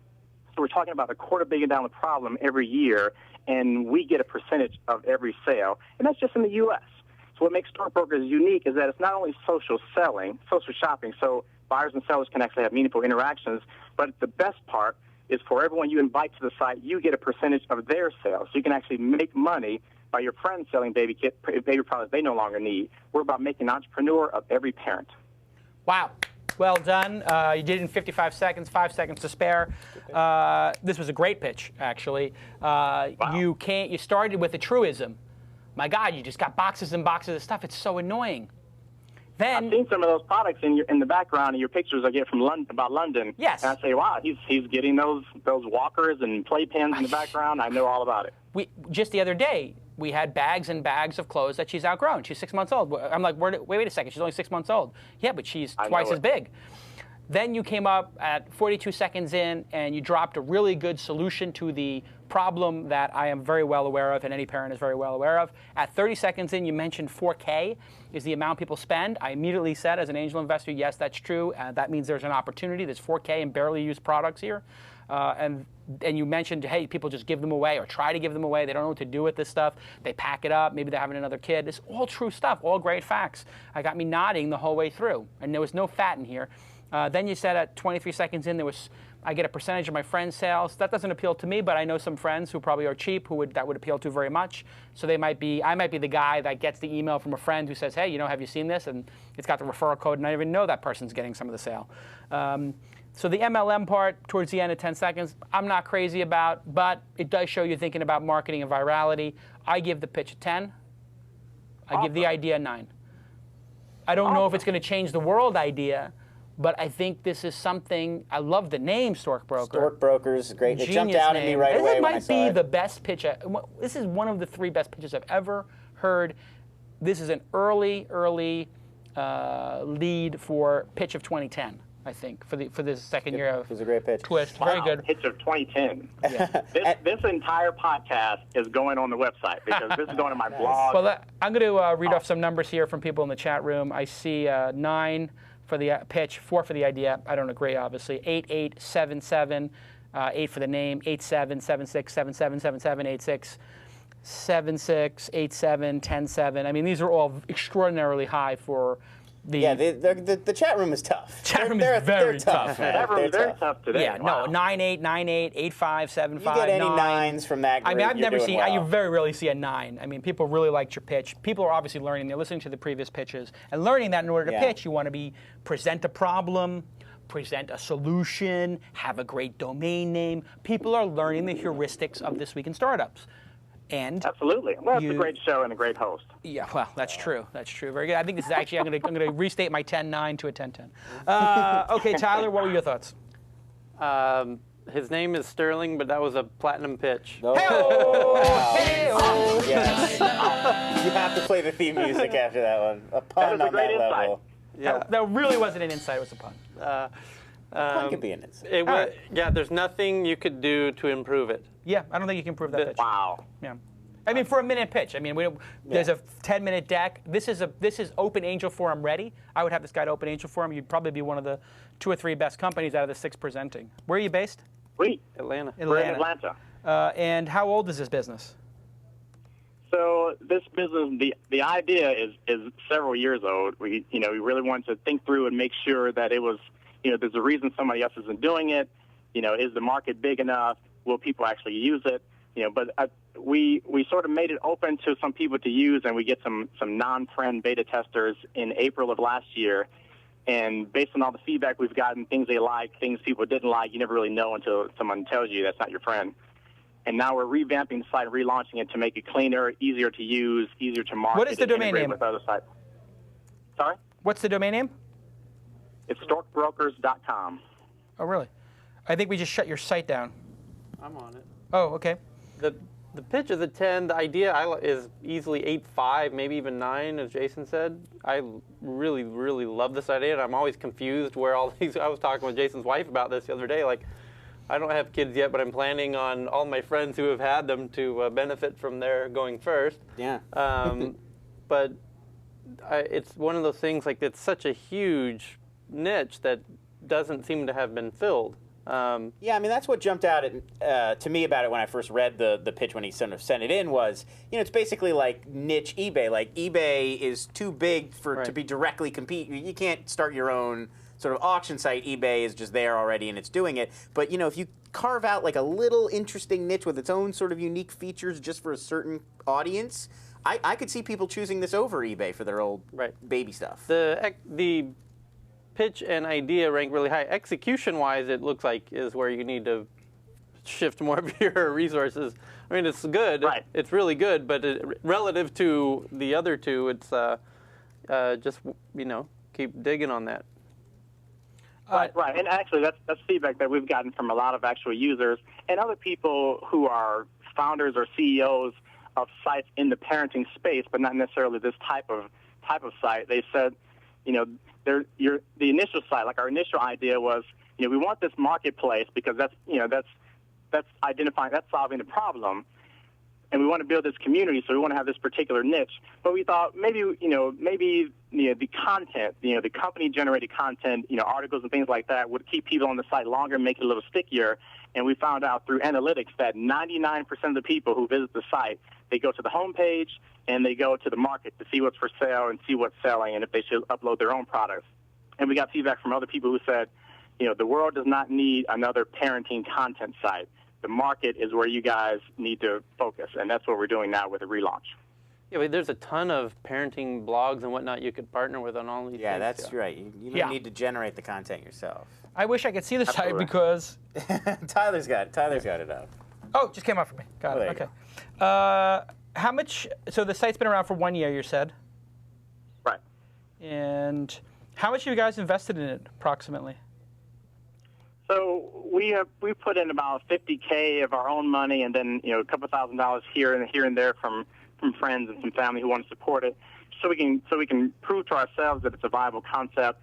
We can prove to ourselves that they can actually be developed and actually be maintained, and get it going, so we can actually get some feedback, some further than arm's length feedback from people who will tell you that it sucks if it sucks.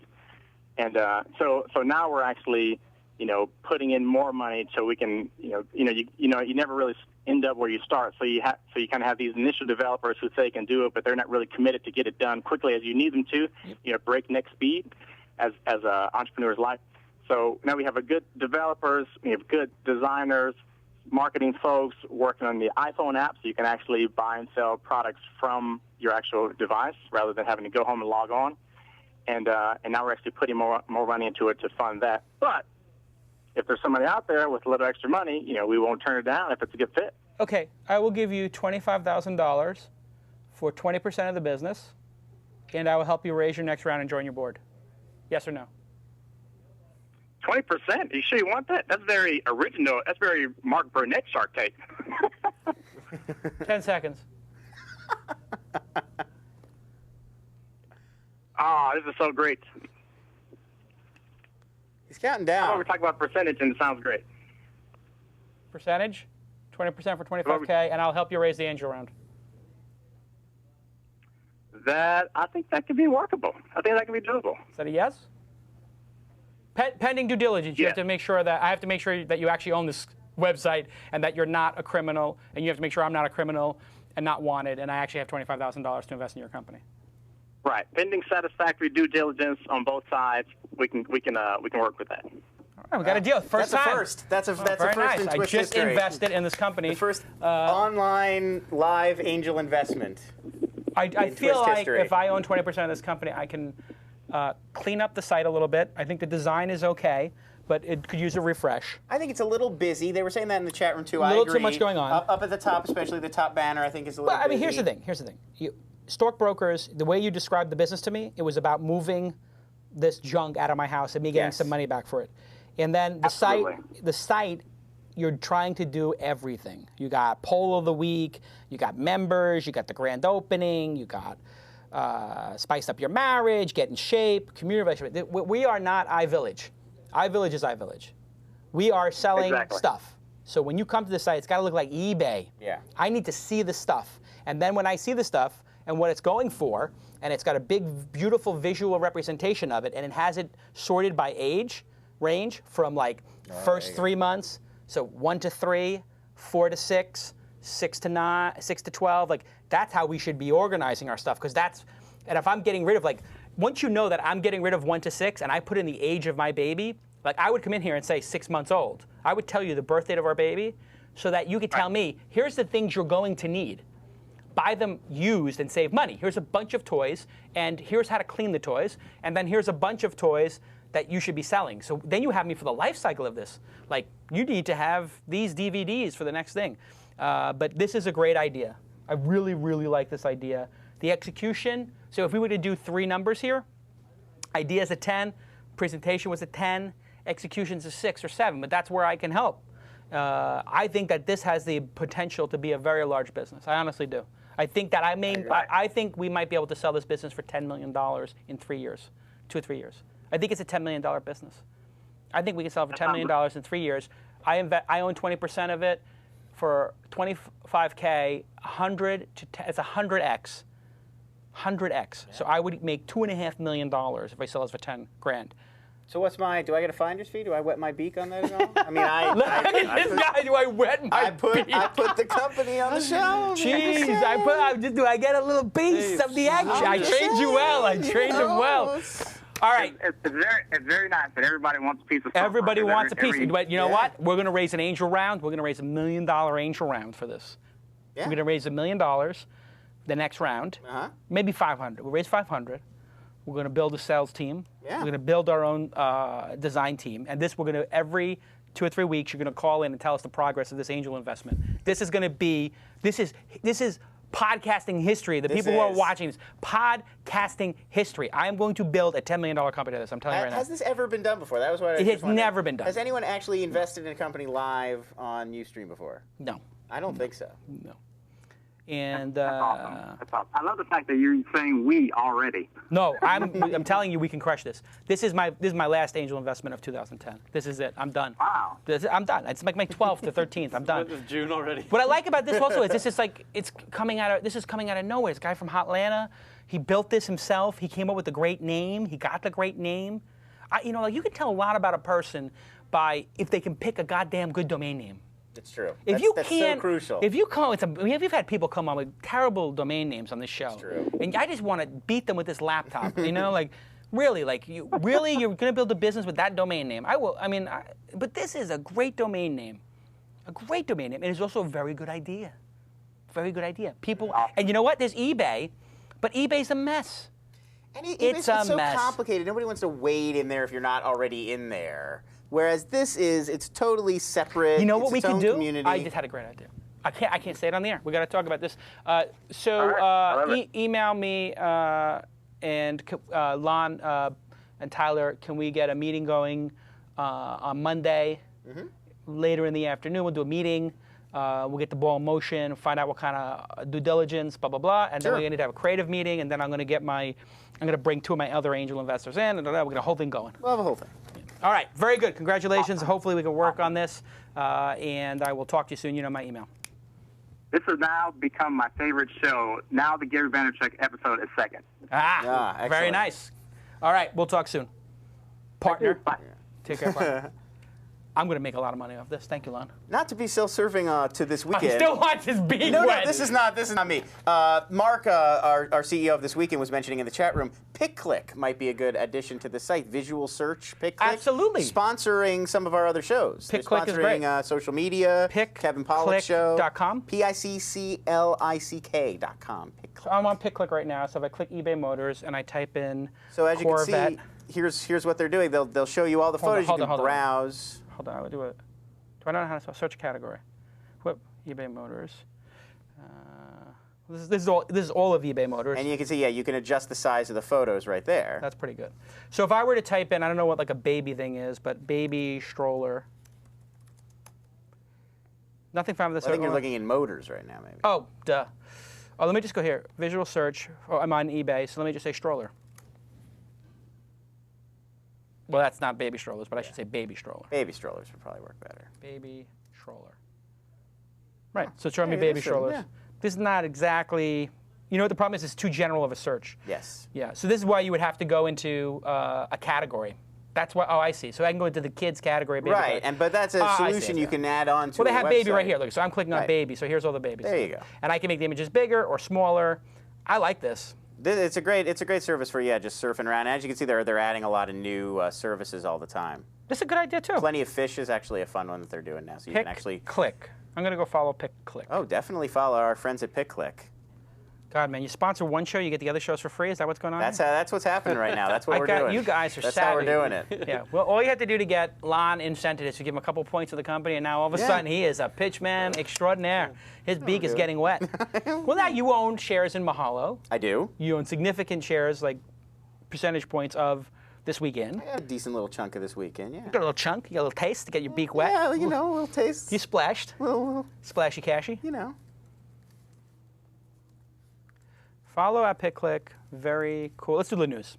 Okay, let's move on to the news.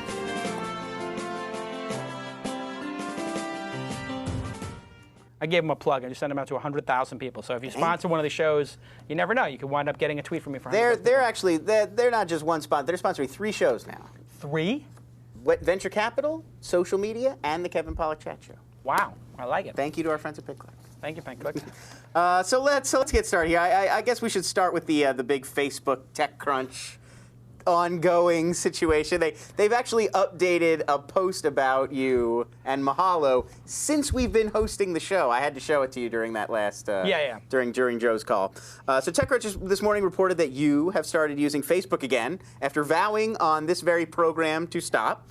According to this post, the first one that went up comparing you to Michael Corleone, every time you try to get out, they pull you back in. There was actually third-party services that you had running through your Facebook account that caused it to restart. So let's hear your side. I mean, you want to unpack this a little bit. What happened? Why are you back on Facebook? So here's what happened. I had logged into all these other services, Quick, YouTube, everything, with my Facebook Connect. Right. Some of these services don't actually create an account for you. So if you delete your Facebook page, you now have given up your account on these other services. Oh, right. Yes. I can't get in. So I was trying to log into one of those. So I had, oh my God. So now I got to go to Facebook. I log into Facebook to go log into that account. Then I had YouTube and Quick connected and YouTube connected to Facebook.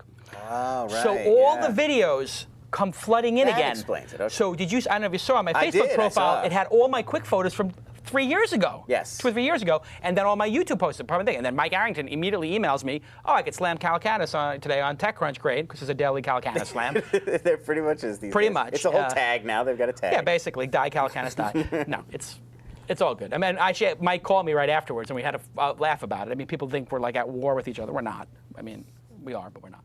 Right. And so anyway, I basically, on the email, I CC'd back Zuckerberg and Sheryl Sandberg, and I said, listen, number one, you can't find the delete button. We went through this on the show. You have to search Google to find the delete button for Facebook. Right. Number two, there's no export. So then I realized I have all these comments on the birth announcement for my child. There's like 200 announcements.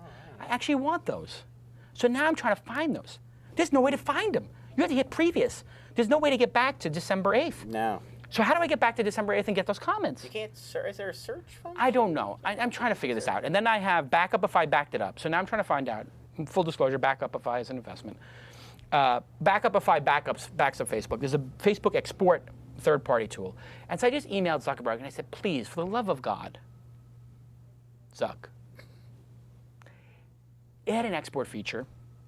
Number two, for the love of God, just put the delete button in a reasonable place. Now, of course, that leads to gotcha journalism, where they just published that. They just published, oh my God, on Mahalo you can't log out and you can't export. Okay, number one, you can go back forever on your news feed. Yes. But an export is a fine feature. I mean, I'm curious as to what if you want to export your answers. If you want to export all your answers, sure. Yeah. So actually, good suggestion. We'll add it. Yeah, that's it. Why not? See, What Q&A site does allow you to export? I don't think any of them do. But anyway, I'm not opposed to having it. It makes more sense for Facebook because it's personal. So it's your photos, it's comments, your contacts, talking about you. your contact list, yeah. right? So, but okay. So if somebody believes that a Q&A service should have an export key, I will add it.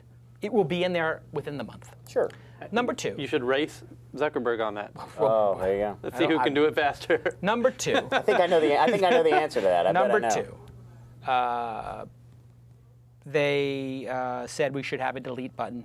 We should, on the settings page, have a delete button. developers at Mahalo, I apologize for the fact that I put you in the crosshairs again, but if you could race to add these 2 features in the next month, by July 4th, if we could have these features, that's reasonable. 2 or 3 weeks, make sure we have them right. If Zuckerberg wants to take 2 or 3 weeks to get his right, that's fine with me too. I feel like a delete, because we can delete. Oh, if people ask. People write us an email and say, hey, I don't want to be on Mahalo anymore. We'll get rid of it right away. I know, but they should have a button. They should. Well, I'm just saying it probably won't be that hard to create. It's just giving the public the option to apply it to themselves. This may be a 1-hour thing. There might be some reasons that for security reasons you don't want people to hack the delete button. Right, and delete other you people's wouldn't want accounts. to delete other people, right. Right. But thank God, actually, Facebook has that. We're not going to delete your thing for 14 days, or I wouldn't have been able to log into these other services again. Right, yeah. So now I'm trying to figure out what other services have I logged into that have data in that I can't get to. Yeah, I don't even keep track of that. So I was trying to explain this because there's been a lot of controversy about the Facebook thing, and I said in my last email newsletter, I'm done with it. I don't want to be involved in this, and now they've dragged me back in. I actually don't want to be involved in this because now it's becoming every news organization, Wall Street Journal, New York Times, Newsday, CNN, CNBC, all these people, they want me to come on the shows. They want me to comment. No, I'm not interested in being the anti-Facebook guy. I don't want to be defined by Facebook. I want to be defined by Mahalo, This Week in Startups, This Week In, Open Angel Forum, StorkBroker. I have other things I would like to be defined by. Right. You know, like I'm absolutely much more interested in talking about StorkBroker and Backupify and Gowalla and Blippy and these other services than I am talking about somebody else's investment. And also, it's become bad for business for me. I mean, because I'm, making really, I think, salient points about Facebook. Like the discussion we're having right now has been raised to a critical level that everybody in the industry is now having a discussion about the export feature. And what somebody said to me on the inside, this is in one of the power brokers, who was involved with the other power broker who tried to get me fired, or I shouldn't say tried to get me fired, threatened that he was going to have me fired as CEO of Mahalo, basically. Didn't follow through on it, just to be clear, but threatened, basically, like, I can get you fired, and, which I don't take kindly to, but I don't want to make the people who are shareholders in Mahalo suffer because of my beliefs.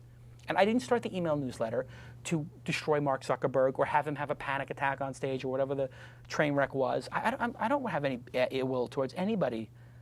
Kretzer Forum, perhaps. But maybe some people I do. But anyway, I take an issue that I'm passionate about, and I take this big rock and I push it up the hill. When I get it to the top of the hill, it's not my responsibility anymore. If I succeed in getting the rock to the top of the hill, and that hill, it goes down that hill, and people get run over by the boulder, that's their issue. They could have got out of the way. They see me pushing the rock up the hill. Right. Facebook sees me pushing this rock up the hill. They should say, you know what? Jason's got a salient point. Boom. But if I'm pushing the rock up the hill and it's an endless hill or it's a hill that nobody's around, then ignore it by all means. Yeah. But comScore couldn't ignore that. They had to change their policies because of what I wrote. And Facebook, you know what? They're going to have to change their policies, or not because I wrote them, but because I highlighted what everybody else is feeling. And what this other person told me was, number one, this is America. You say what you want. You're not getting fired, whatever. That's ridiculous. Nobody's going to be able to get you fired. And if they do, who cares? You start again tomorrow. Nobody cares. Who cares? Right. But what has happened is the email newsletter has gotten and the show has gotten very influential. And the person said to me, it's a very important person, said, you have to consider things before you say them now. Because there's too many people watching the show, there's too many people on the email, you got to throttle yourself. To which I said, I'm not throttling myself. Frack that. No chance am I throttling myself. Zuck that. Zuck that. Not a chance am I going to throttle myself. If you think you can silence me about any issue that I am passionate about, go try and pay off somebody else. It's not going to happen. You know why? Because I'm done already. I'm already successful. I don't need any more success. Yeah. My success for me is being able to communicate with you guys. The greatest moments, and Tyler can tell you, he's around all the time. The greatest moments for me is when I'm working with an entrepreneur, or at TechCrunch 50, or Launch Conference, or Open Angel Forum, or at Mahalo, I'm working with somebody who's a young entrepreneurial person working here. You were one of those people. That's what gives me my joy in life. I like seeing people progress. I like seeing people be entrepreneurial. I like people being successful. I like to see them go from a rice picker to a samurai. You can't take that away from me. It's too late. Right. I have it already. There's nothing you cannot touch me. The only thing you can do is bury yourself. And that's what's going to happen. And you know what? I am not going to give up the issue. I'm restating what I said in my email newsletter. Oh, wow. Here we go. I said maybe I'm going to lay off the issue. You know what? The issue's not over.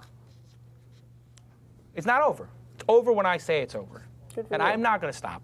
I'll ride this issue in the chat room. as long as I please. I will ride Zuckerberg in this issue. And you know what? He don't have to pay attention to me. But you know what he will pay attention to? Not a sponsor. I was going to say, is that going to be the most amazing segue of all time? Not going to pay a sponsor. He will pay attention. DNA mail. No, he's going to pay attention to the government and to his users when they start leaving. And the government is on his tail. I don't have any inside information. I'm not going to comment on inside information. I'm not going to comment that I don't have inside information. The government is on Facebook's tail. They're writing letters. They want to know details. He is going to bury himself. This could be a Pointcast level implosion. If you don't know what happened with Pointcast, Google it, Wikipedia it. You cannot get away with this stuff forever. And I told him by email, and the email's printed in TechCrunch now, for the love of God, do 2 or 3 magnanimous things so I can just say to everybody, wow, Facebook listens and they're great. You see, how hard was it for me to diffuse this whole article? Well, yeah, I wrote a comment to this article while they were playing the goddamn news theme. And you know what I said? No one ever asked for an export key, but we're having one built.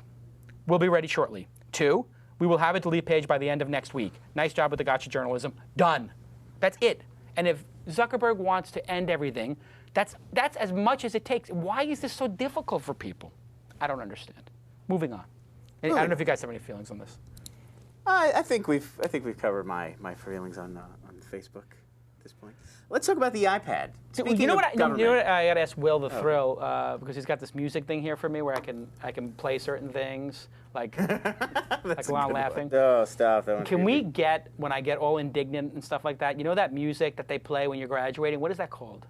Pomp and circumstance. If we could have pomp and circumstance.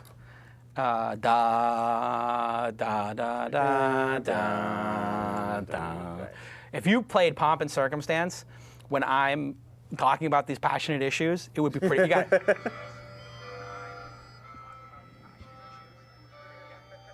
And I believe that Zuckerberg should stop. Okay. I gotta turn this off. Yeah, you were here. Next one.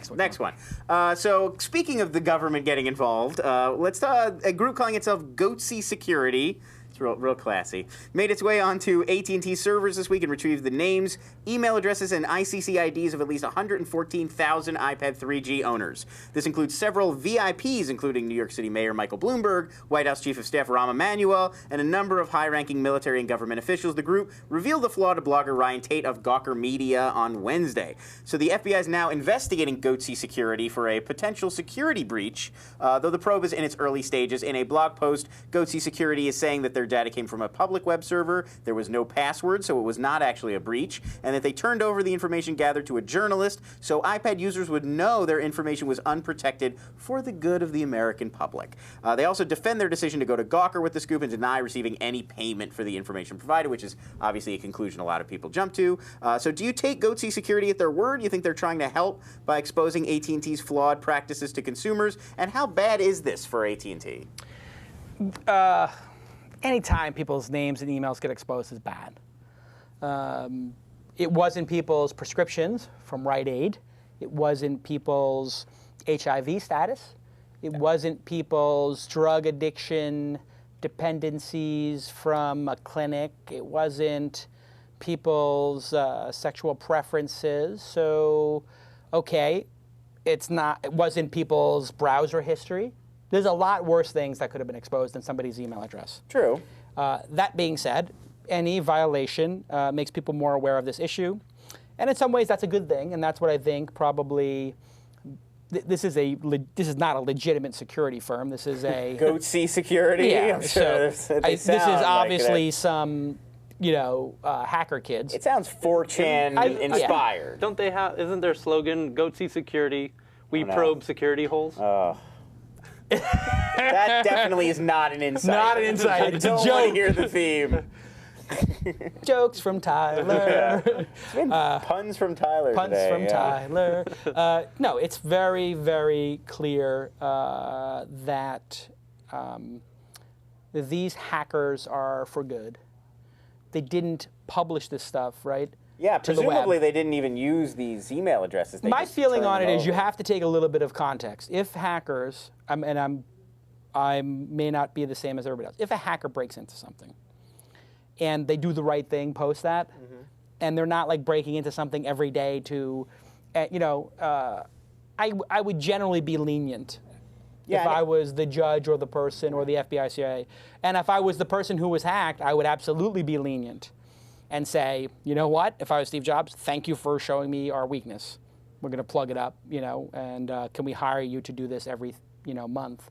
Here's a $50,000 consulting job. I mean, that's really what needs to happen. Right. So then they've done this before, actually. They did the same to Firefox and Safari, where they found holes and then they published them instead of exploiting them or presumably doing worse things. And maybe giving people a heads up to, like, hey, we've found this hole, fix it. After they fix it, then you publish it. Right. So there is a sort of process that you can go about doing this. Anyway, this will pass. This is not a persistent issue. When people make a mistake like this, it passes. It seems like it's the most important thing in the world, and then it's not. People get over it. Yeah, and you know what? Thankfully, it's not one of those other types of privacy breaks that could be very, very, very problematic. Okay. Moving on, we got to talk about the new iPhone. It was announced at the Worldwide Developer Conference this week. When it goes on sale in the U.S. June 24th, Steve Jobs is calling it the biggest leap in technology since the original iPhone went on sale in 2007. Real quick to go through some of the changes. They're pretty well publicized by now. It's going to have a sharper display. It's got a 5-megapixel camera up from 3. It's thinner. It's 24% thinner than the iPhone 3GS. It's got an A4 chip, the same microprocessor that's in the iPad I'm holding. It has a video camera on front. It has a bigger battery. Now it's going to have FaceTime video chat. Yep. And the 32 gig version sells for $299. The 16 gig sells for $199. And it's got, this is cool, a gyroscope for motion input. So the games are going to be even the next level more of motion sensitivity, almost like a Nintendo Wii. And it most importantly has the A4 chip. And yes, it has the A4 chip from the iPads, and lots of changes in iOS 4. Used to be called the sort of iPhone OS. Now it's iOS because it's in iPads as well. And that's going to have the iAd mobile ad platform. It's going to be able to run multiple apps at once, multitasking, which is probably the most sought after thing. You're going to be able to unify all of your email inboxes. You can create folders. It runs iMovie, and they're going to get iBooks on there as well, the same program that you have from the iPad. So are you going to, I'm presuming you're going to get one, you're going to check it out, you like to have the newest gadgets. I always buy whatever the latest is because that's my job. Right. I have like a personal technology budget that's absurd. Everything that comes out I get. Yeah. And then I hand down the stuff. Like I got a Google phone, so I'll give it to somebody like, in the company or something. So is there any feature change that jumps out at you as particularly exciting? The A4 chip is one that you Well, singled I'll out? tell you what people are most excited about is the battery life. That's what I'm most excited about. And that is ironic how forgiving people are to Apple because, you have BlackBerries and Android phones that last for a long time. So basically, iPhone finally catches up to those things, or maybe a portion of them, and they're happy. What this does show is how important the A4 chip is. The A4 chip is critical in battery life and processing power. I think the video, taking HD video, is going to be people's second favorite thing. It's 720p or is it 1080i? 720. It's 720, so it's not even the greatest. But I take a lot of video on my iPhone, and I'm going to really enjoy this. Now, all of this extra computing power, FaceTime, all this stuff, is, this is like we keep adding all these great features to a Ferrari, and we're going to drive it down a dirt road. AT&T still sucks. Yes. And so the most important announcement didn't happen.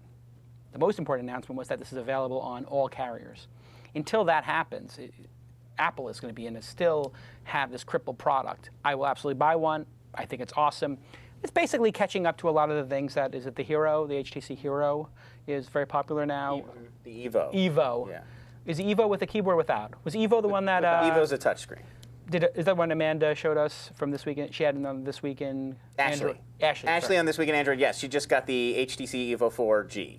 Right. So I was playing Ashley from This Week in Android. Well, now mobile. Which will be This Week in Mobile, which is on what day? It's on today. It's on after the show in an hour and 10 minutes. Oh, it's on at 4. 4 o'clock. So 4 o'clock, This Week in Mobile is going to follow This Week in Startups now. Yes, This Week in Mobile is your new follow-up show. Excellent. So they're going to talk about more than Android. It's crossfire with cell phones is what we're calling it now. Crossfire it's going to be a bunch awesome. of different people, a bunch of different evangelists for different brands. I think it's a good evolution, and this is the thing about the startup companies you evolve. So battery life, number 1 feature. HD video, number 2 feature. Most important feature, which is biggest underlying issues, like non-consumer facing issues. A4 chip, major. Yeah, that's huge. And also AT&T still being the sole provider is going to limit this thing. And I'm just infuriated with the AT&T tiered pricing. That is, yeah. Luckily, I'm already on unlimited, right? They won't take you off unlimited if you had it. For now, I mean, they have no immediate plans to do that, but I don't trust. This is just what I think this is they're just going to try to stop. They're just going to try to stop the hemorrhaging, right? Yeah, their whole press public line on it doesn't make a lot of sense, though. They're saying, well, it's not going to matter for most people. Almost nobody uses more than 2 gigs of data anyway. But if that was true, why would they need to cap it? If nobody was going that high anyway, why would they bother to put this policy in place? Yeah, it seems a little bit moot. If there was an abuse issue, they could just say, they could put that quote in of reasonable unlimited. So they could put, this is for reasonable unlimited, doesn't include, whatever, and they, could just address those small number of people. Great. I mean, yeah. Or they could just cancel people who are doing things to say, we don't want to have you as a client. I mean, better than limiting it for everybody. Exactly. It's not even the exceeding the 2 gigs that bothers me. It's that I have to keep track now. That would be what bothers me. It's like I don't want to pay attention to how much data. It is a little bit of a problem. Like when I got the iPad, it was like $15 a month for 250 gig, and then like unlimited $30. And I was like, I don't even know if I'm going to do under 250, but but I just get the unlimited, do the 30. So I don't have to worry about it. I don't want to worry about it. So it's that cognitive dissonance, that cognitive exercise that people hate. Yes. Tyler, you'll get it, I'm sure. You skipped the 3GS. I did skip 3GS. I am thinking of getting it. My thought on it is, it's a hardware versus network issue. Mm-hmm. So would you rather have an awesome hardware device with a crippled network or a less than superior hardware on a great network? And I think the easiest way for people to feel that is on a desktop or laptop. Would you rather have an incredible laptop on a sucky Wi-Fi connection, or a slightly scaled down laptop on a killer network connection? I think I'd rather have the later. Yeah. And I don't think you're going to have to choose. This Evo hardware is pretty impressive. When you see the Evo, it's... The Evo kicks ass, yeah. The screen is huge. And when I say less hardware, I mean not really. No, I think that's good. I think that the hardware from HTC is going to beat the hardware from Apple pretty consistently. I believe that. I think HTC is very competitive with them on hardware. I don't know exactly. People in the chat room can tell me, but on what metric does the iPhone 4 beat the HTC Evo? On any? Screen resolution. The screen resolution is better, but it's not bigger. It is. I think. No. The HTC Evo is bigger. Yes. Evo is bigger. And it is. I mean, it is battery life, though. software, 360 DPI, screen. That's about it. Battery life. Is the battery life definitively better on the iPhone? Yes. Than on the Evo. Correct. Everyone's complaining about battery. The Evo, the big downside is battery life. Huh. Because of the screen. Or the processor. Yeah, a little both. It might just be the processing. All right. Well, maybe there's a battery advantage. And I think that's why Apple had to make the battery bigger to run the A4 processor, anyways. Right. Okay. Last story? Last story. Well, I guess we'll talk about, it's a good competing video show. We'll talk about it. Kevin Rose is leaving Diggnation. Dig founder and CEO. Diggnation is not competitive with This Week in Startups. No, I mean, revision 3 this weekend. They're not competitive with this again. We're in the same general vertical. We don't feel directly competitive with it. Dig founder and CEO Kevin Rose announced that he will leave his venerable podcast series Diggnation at the end of 2010. He's been starring in the show with Alex Albrecht since July of 2005. This was originally reported by Mike Arrington on TechCrunch. The news was later confirmed by Rose on Twitter, who also noted that he has another exciting video project in the works. No word on whether Diggnation will continue without Rose. It's currently Network Revision 3's most popular show with over 200,000 weekly viewers. So presumably they have something else up their sleeve that they think is going to sort of take that place or exceed that. So any thoughts on what Rose's next project might be? And do you think they should keep Diggnation going with Albrecht and a new host, or can you not do it without Kevin Rose? Certainly you could do it without Kevin Rose. It would be not the same show. I have a feeling there might be a little more to the story. I did see that the CEO of Revision 3 said, in all likelihood, he will not be there at the end of the year, but who knows? So I have a feeling there might be a little negotiation going on here, where there's plenty of time now, between now and the end of the year, 6 months, to come to a deal. Sure. I think he probably would like to get paid some large amount of money to do the show there, even though it's his company, but he's an investor in it. Right. It's sort of, in a way, like my relationship with ThisWeekIn.com. A little bit. I own a big piece I'm probably the largest individual shareholder. However, I'm not the only shareholder, and I'm also the talent on the network. So could the network go on without Diggnation and Kevin, or could this network survive without me and This Week in Startups? Yes. Could somebody else host this? Yes. So then that means that the negotiation's probably going on. And then does Kevin want to do it? He might be burned out from it. I mean, it is the same format over and over again. I don't know if I'm going to be able to do shows 200, 300 of this. Yeah, I mean, 5 years is a long time to do. It's a long time to do anything. I don't know that you know what? If there's a psychological thing where now he's taking on the CEO role, yeah, it kind of doesn't behoove him to be doing the beer drinking couch thing. He's kind of stepping into a second, a different level of. I don't know about that. Maybe. I think it gives him credibility. I've noticed in his videos that he's doing that where he talks to his fans. Trying to be a little more serious. He's being a lot more professional in his demeanor. That might be part of it. He might be trying to be CEO-like. Right. I think CEOs should try to be more Kevin Rose-like. I agree. So I don't think he needs to do that. I think it's good to be out there and to be yourself. This is Steve Jobs writing people emails telling them, like, what have you contributed to the world? Yeah. Finally, people are coming around to my way of thinking. I mean, that's the ultimate validation of my email to people saying, you know, congratulations on being employee number 4,000 at this company, is that Steve Jobs does the same thing. You know, passion and this casual, I'll call it the blunt CEO, I think is the new prototype. I think I have pioneered the blunt CEO. I don't want to give myself too credit, but I am a blunt CEO. You know where you stand with me. And I think the blunt CEO is a very palatable, enjoyable, effective, enjoyable for the team and the investors, and effective for the company, because the truth is always out there, you know. And the truth is, you know, Calacanis is distracted from Mahalo. Yeah, I do a couple of things on the side. The truth is, I also provide a lot of value. You know, like this, okay. Kevin Rose is a beer drinking, you know, netizen who's really understands youth culture, whatever. Of course he does. That's why he's the CEO. That's why he created it. That's his asset. The second he's not comfortable on a couch drinking beer, goofing off about people getting hit in the nuts in a video on YouTube, is when he should not be the CEO. I take a counter approach. If he's not in touch with that audience, he shouldn't be CEO. Well, yeah, I mean, that's Dig. That's Dig in a nutshell. That's the audience. The show, those are the people who go there. The whole aesthetic. So I think he should keep doing the show. I think that, and Rev 3 should look at that show and say, give Kevin whatever he wants, keep that show going. They don't need to make money off that show. So if that show makes $1 million a year, they should give Kevin, you know, 700,000 of it. They should give Albrecht 200,000 of it because he's replaceable. And that's not really personal to him, but Kevin is Kevin, and Alex is Alex. Okay, maybe they give Kevin $2 to $1 to Alex, because Kevin is a bigger personality in the space. So they give $500,000 to him, $250 to Alex, and $250 Revision 3 gets to keep for, you know, just producing the show, which is the sales and whatever. And so they break even on it. But why lose the show? I think what's happening is Jim Lauterbach is the CEO who I know for a long time, really nice guy who was at Ziff Davis and some other things. He's probably negotiating. It's probably a negotiation that went bad. That's my guess. Negotiation went bad. Kevin maybe felt disrespected. He said, you know what? Do the show without me. Oh, and Mike Arrington broke it? Yes. Mike Arrington and Kevin Rose are friends.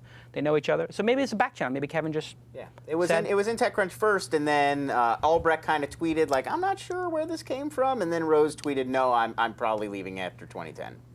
Oh, so Albrecht didn't even know. Well, I don't know exactly Maybe what's going on. yeah. I don't want to speak out of turn, but yeah, Albrecht seemed to tweet something like, "We have shows planned through the end of the year. I'm not sure where you guys are getting all this stuff." And then Rose kind of half confirmed it on Twitter. It was a very interesting sort of following it as it was developing. Okay, moving on.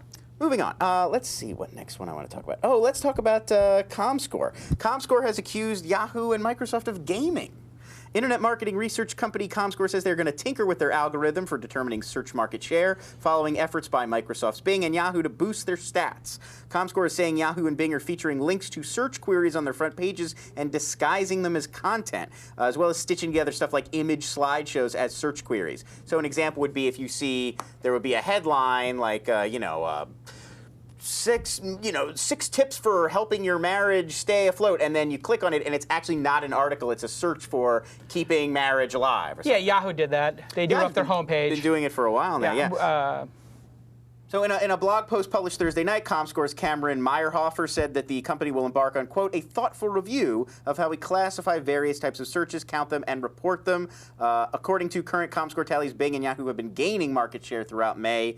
So these tricks are well known, obviously. So what do you think is going on now? Like, why is comScore suddenly calling attention to this well-known sort of tried-and-true SEO technique? And do you think they'll actually be able to make changes that will result in better quality metrics?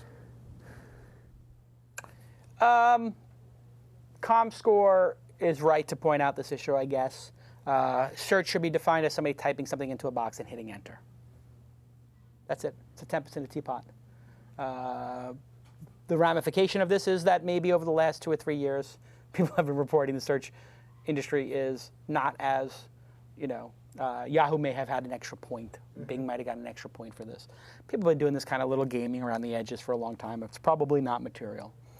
comScore is right for policing it. It's a Friday afternoon. There's not that much news going on.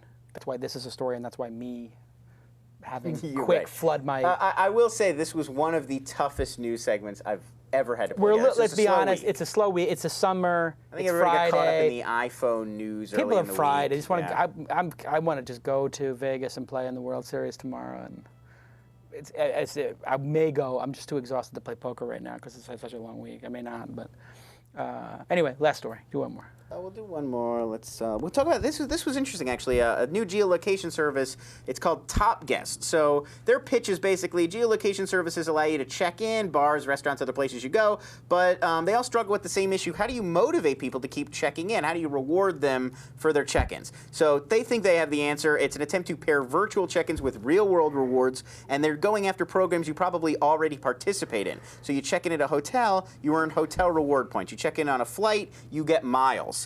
So the site isn't really competing directly with services like Twitter, Foursquare, Gowalla. Instead, it's pairing with them. So if you check in on Gowalla and you're signed up with Topguest, you actually get your points anyway, even if you never go to Topguest. For now, the service is launching with a deal from Standard Hotels. You check in for 4 nights in 1 week at any Standard, and you get a full week for free. If you check in 10 times at a Standard hotel, you earn 25% off reservations, food, cocktails, the spa, and so on. They say more of these partnerships are on the way, and as is a feature that will automatically check you in when you actually check yourself in. So if I go rent a car and I have Topguest, it'll look and see that I checked in, and it'll just check me in automatically.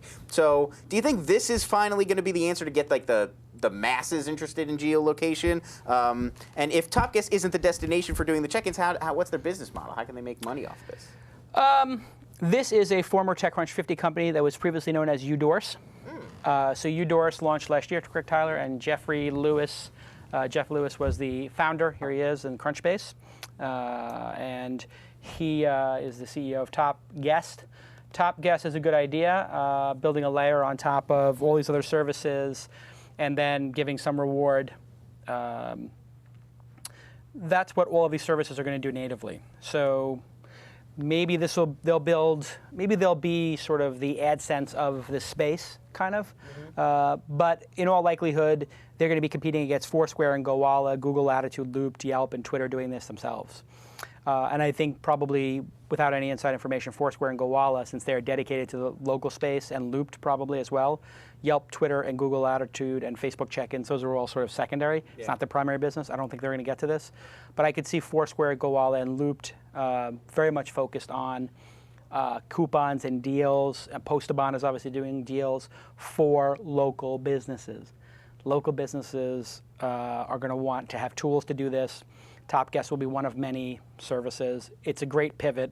Udorse was an interesting idea. You would endorse things in the photo. Yes, right. So you would I say, oh, remember this that, this shirt is by Brooks Brothers. I would like to endorse it.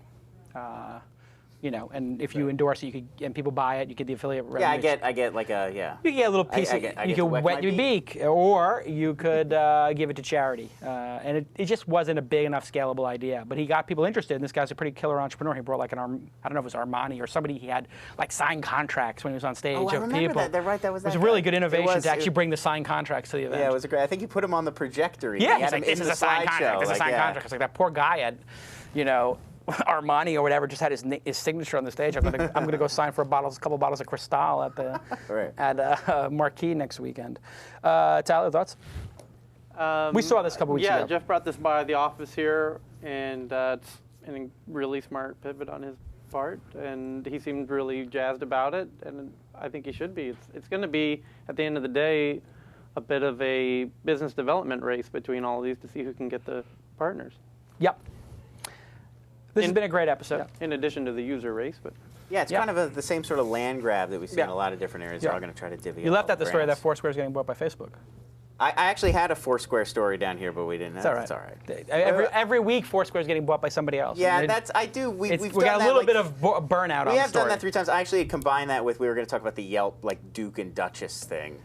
It's all right. Did what?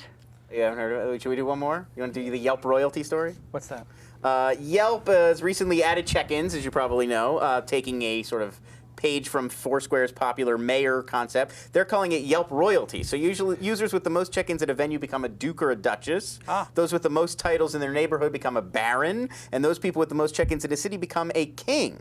Foursquare CEO Dennis Crowley, he had already famously said of Yelp's attempt to do a check-in leaderboard that Yelp was copying the wrong stuff. So do you think, is this an attempt by Yelp to copy the right stuff? And do you think combining Yelp's database and service with this kind of prizes and games around check-ins is going to be successful? I don't think people are going to look at Yelp as Foursquare or Gowalla. I think they're going to look at it for reviews. So it's hard to be known for 2 things. I mean, we've had this conversation many times on the show. We have a hard enough time explaining to people that Mahalo has how-to articles and topic pages and Q&A. That's 3 things. Carl Bartz on stage couldn't explain what Yahoo is. You know, AOL has a hard time explaining what they are, and they just say, "Well, we're the largest content site." They don't say that; they have some other buzzword for it. But it's hard to explain when you have a multifaceted business what it is. If you ask Richard Branson, "What's Virgin?"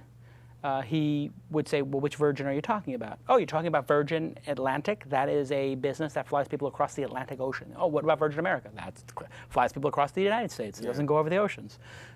So I think that Yelp is not going to be known for this, but you have a certain amount of screen real estate, and I don't want my screen real estate in Yelp taken over by being a duke. Being a duke. And likewise, when I use Gowalla, I don't want reviews. I'm not interested in reviews. I might want to see some photos. I might want to see some one-liners and short things, but I don't want full-on reviews in Gowalla, I don't think. I would actually just like media, like pictures and videos of my friends and where they are. If you try to do too much, inevitably you don't do it well enough. And so, like, I use Flickr for my photos, not Facebook Photos. I like Flickr. It's full-featured. It's for that purpose. It does everything I need. So, I don't think it's going to be that big of a deal. But I love Yelp. I love both those products. So. I love Yelp. Yelp is indispensable. Yelp is more right than it is wrong, which for any community site with reviews means a lot. I feel like I can trust it. On iPad the other week, we did a bunch of apps. We looked at all of the sort of iPad restaurant bar recommendation ones. None of them even comes close to Yelp. I mean, Urban Spoon has its sort of nice features. Why? And I think it's mainly that they've got the community. They've got the sheer number of people participating and number of reviews from experts and qualified people. You can't find that anywhere else. Correct. Okay. This has been a great show.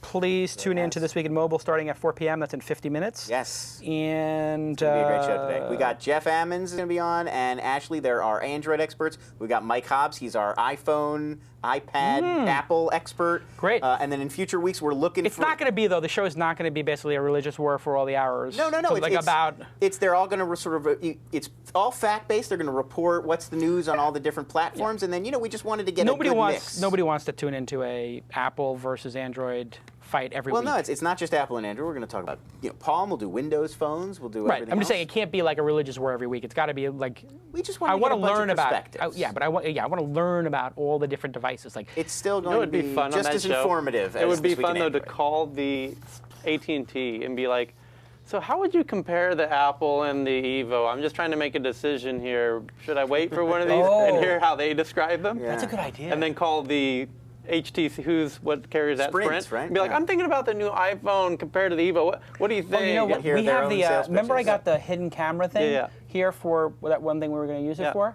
We should.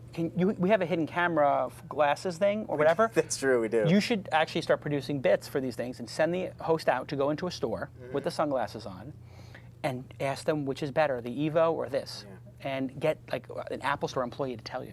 We do have, I won't give any details away because I don't want to blow the surprise, but we do have a research project currently going on. I know about involving this some one. of our, you do know about I this. did. Involving This one, some of our shows. If this one works, it will be, I predict, national and international news at 6 and 11. I agree. And if it will wind up being on 50 different things. And you know what? I may actually go on Nightline or CNBC or something like that. If we have that, if that data turns out correct, I think we all know how that data is going to go. if that data turns out correct, I will go on and be the face of anti. Anyway. Something. Thank you to WebSpy. Thank you to DNA Mail. Thank you to Power VPS. Thank you to Ustream. The show is going to be. We're going to experiment with sometimes having twice a week. We did Tuesday and Friday this week. People loved it. We're going to try again next week to do a Tuesday and a Friday. 2 weeks. Not next. We'll do the 2 weeks. The week after. Whatever. Yeah. So we're going to be doing some Tuesday and Fridays. Next show is next Friday, but we're going to do some Tuesdays where I do an interview, and some Fridays where we do this regular show with Ask Jason and interviews, or just Ask Jason, whichever it is. We'll see. We'll We're gonna make keep, it's an experiment. It's basically more show for you. Yes. Is the way you think about it as a customer of the show. We're doubling more up. show for you. Thank you, everybody. Thank you, Tyler. You did a wonderful job today. You brought it. You had insights, and you were awake during the show. It's great. And you're on the focused camera. I don't know we fixed your camera this week. We did. It was on the blink next week. The next time we have Tyler in his Tyler chair, this week he's joining us at the table. The next time we have it, I've made all the arrangements. We will have a superior camera. You guys have better finally lighting. gotten better lighting on camera? I was talking with the team about it today. I saw they were working on it. Everybody will get to see Tyler's beautiful face on every episode. HD, no better matter, quality. in high definition. Absolutely. See you next time on This Week in Startups. Spiked out, I could trip a referee. Tell by my attitude that I most definitely from.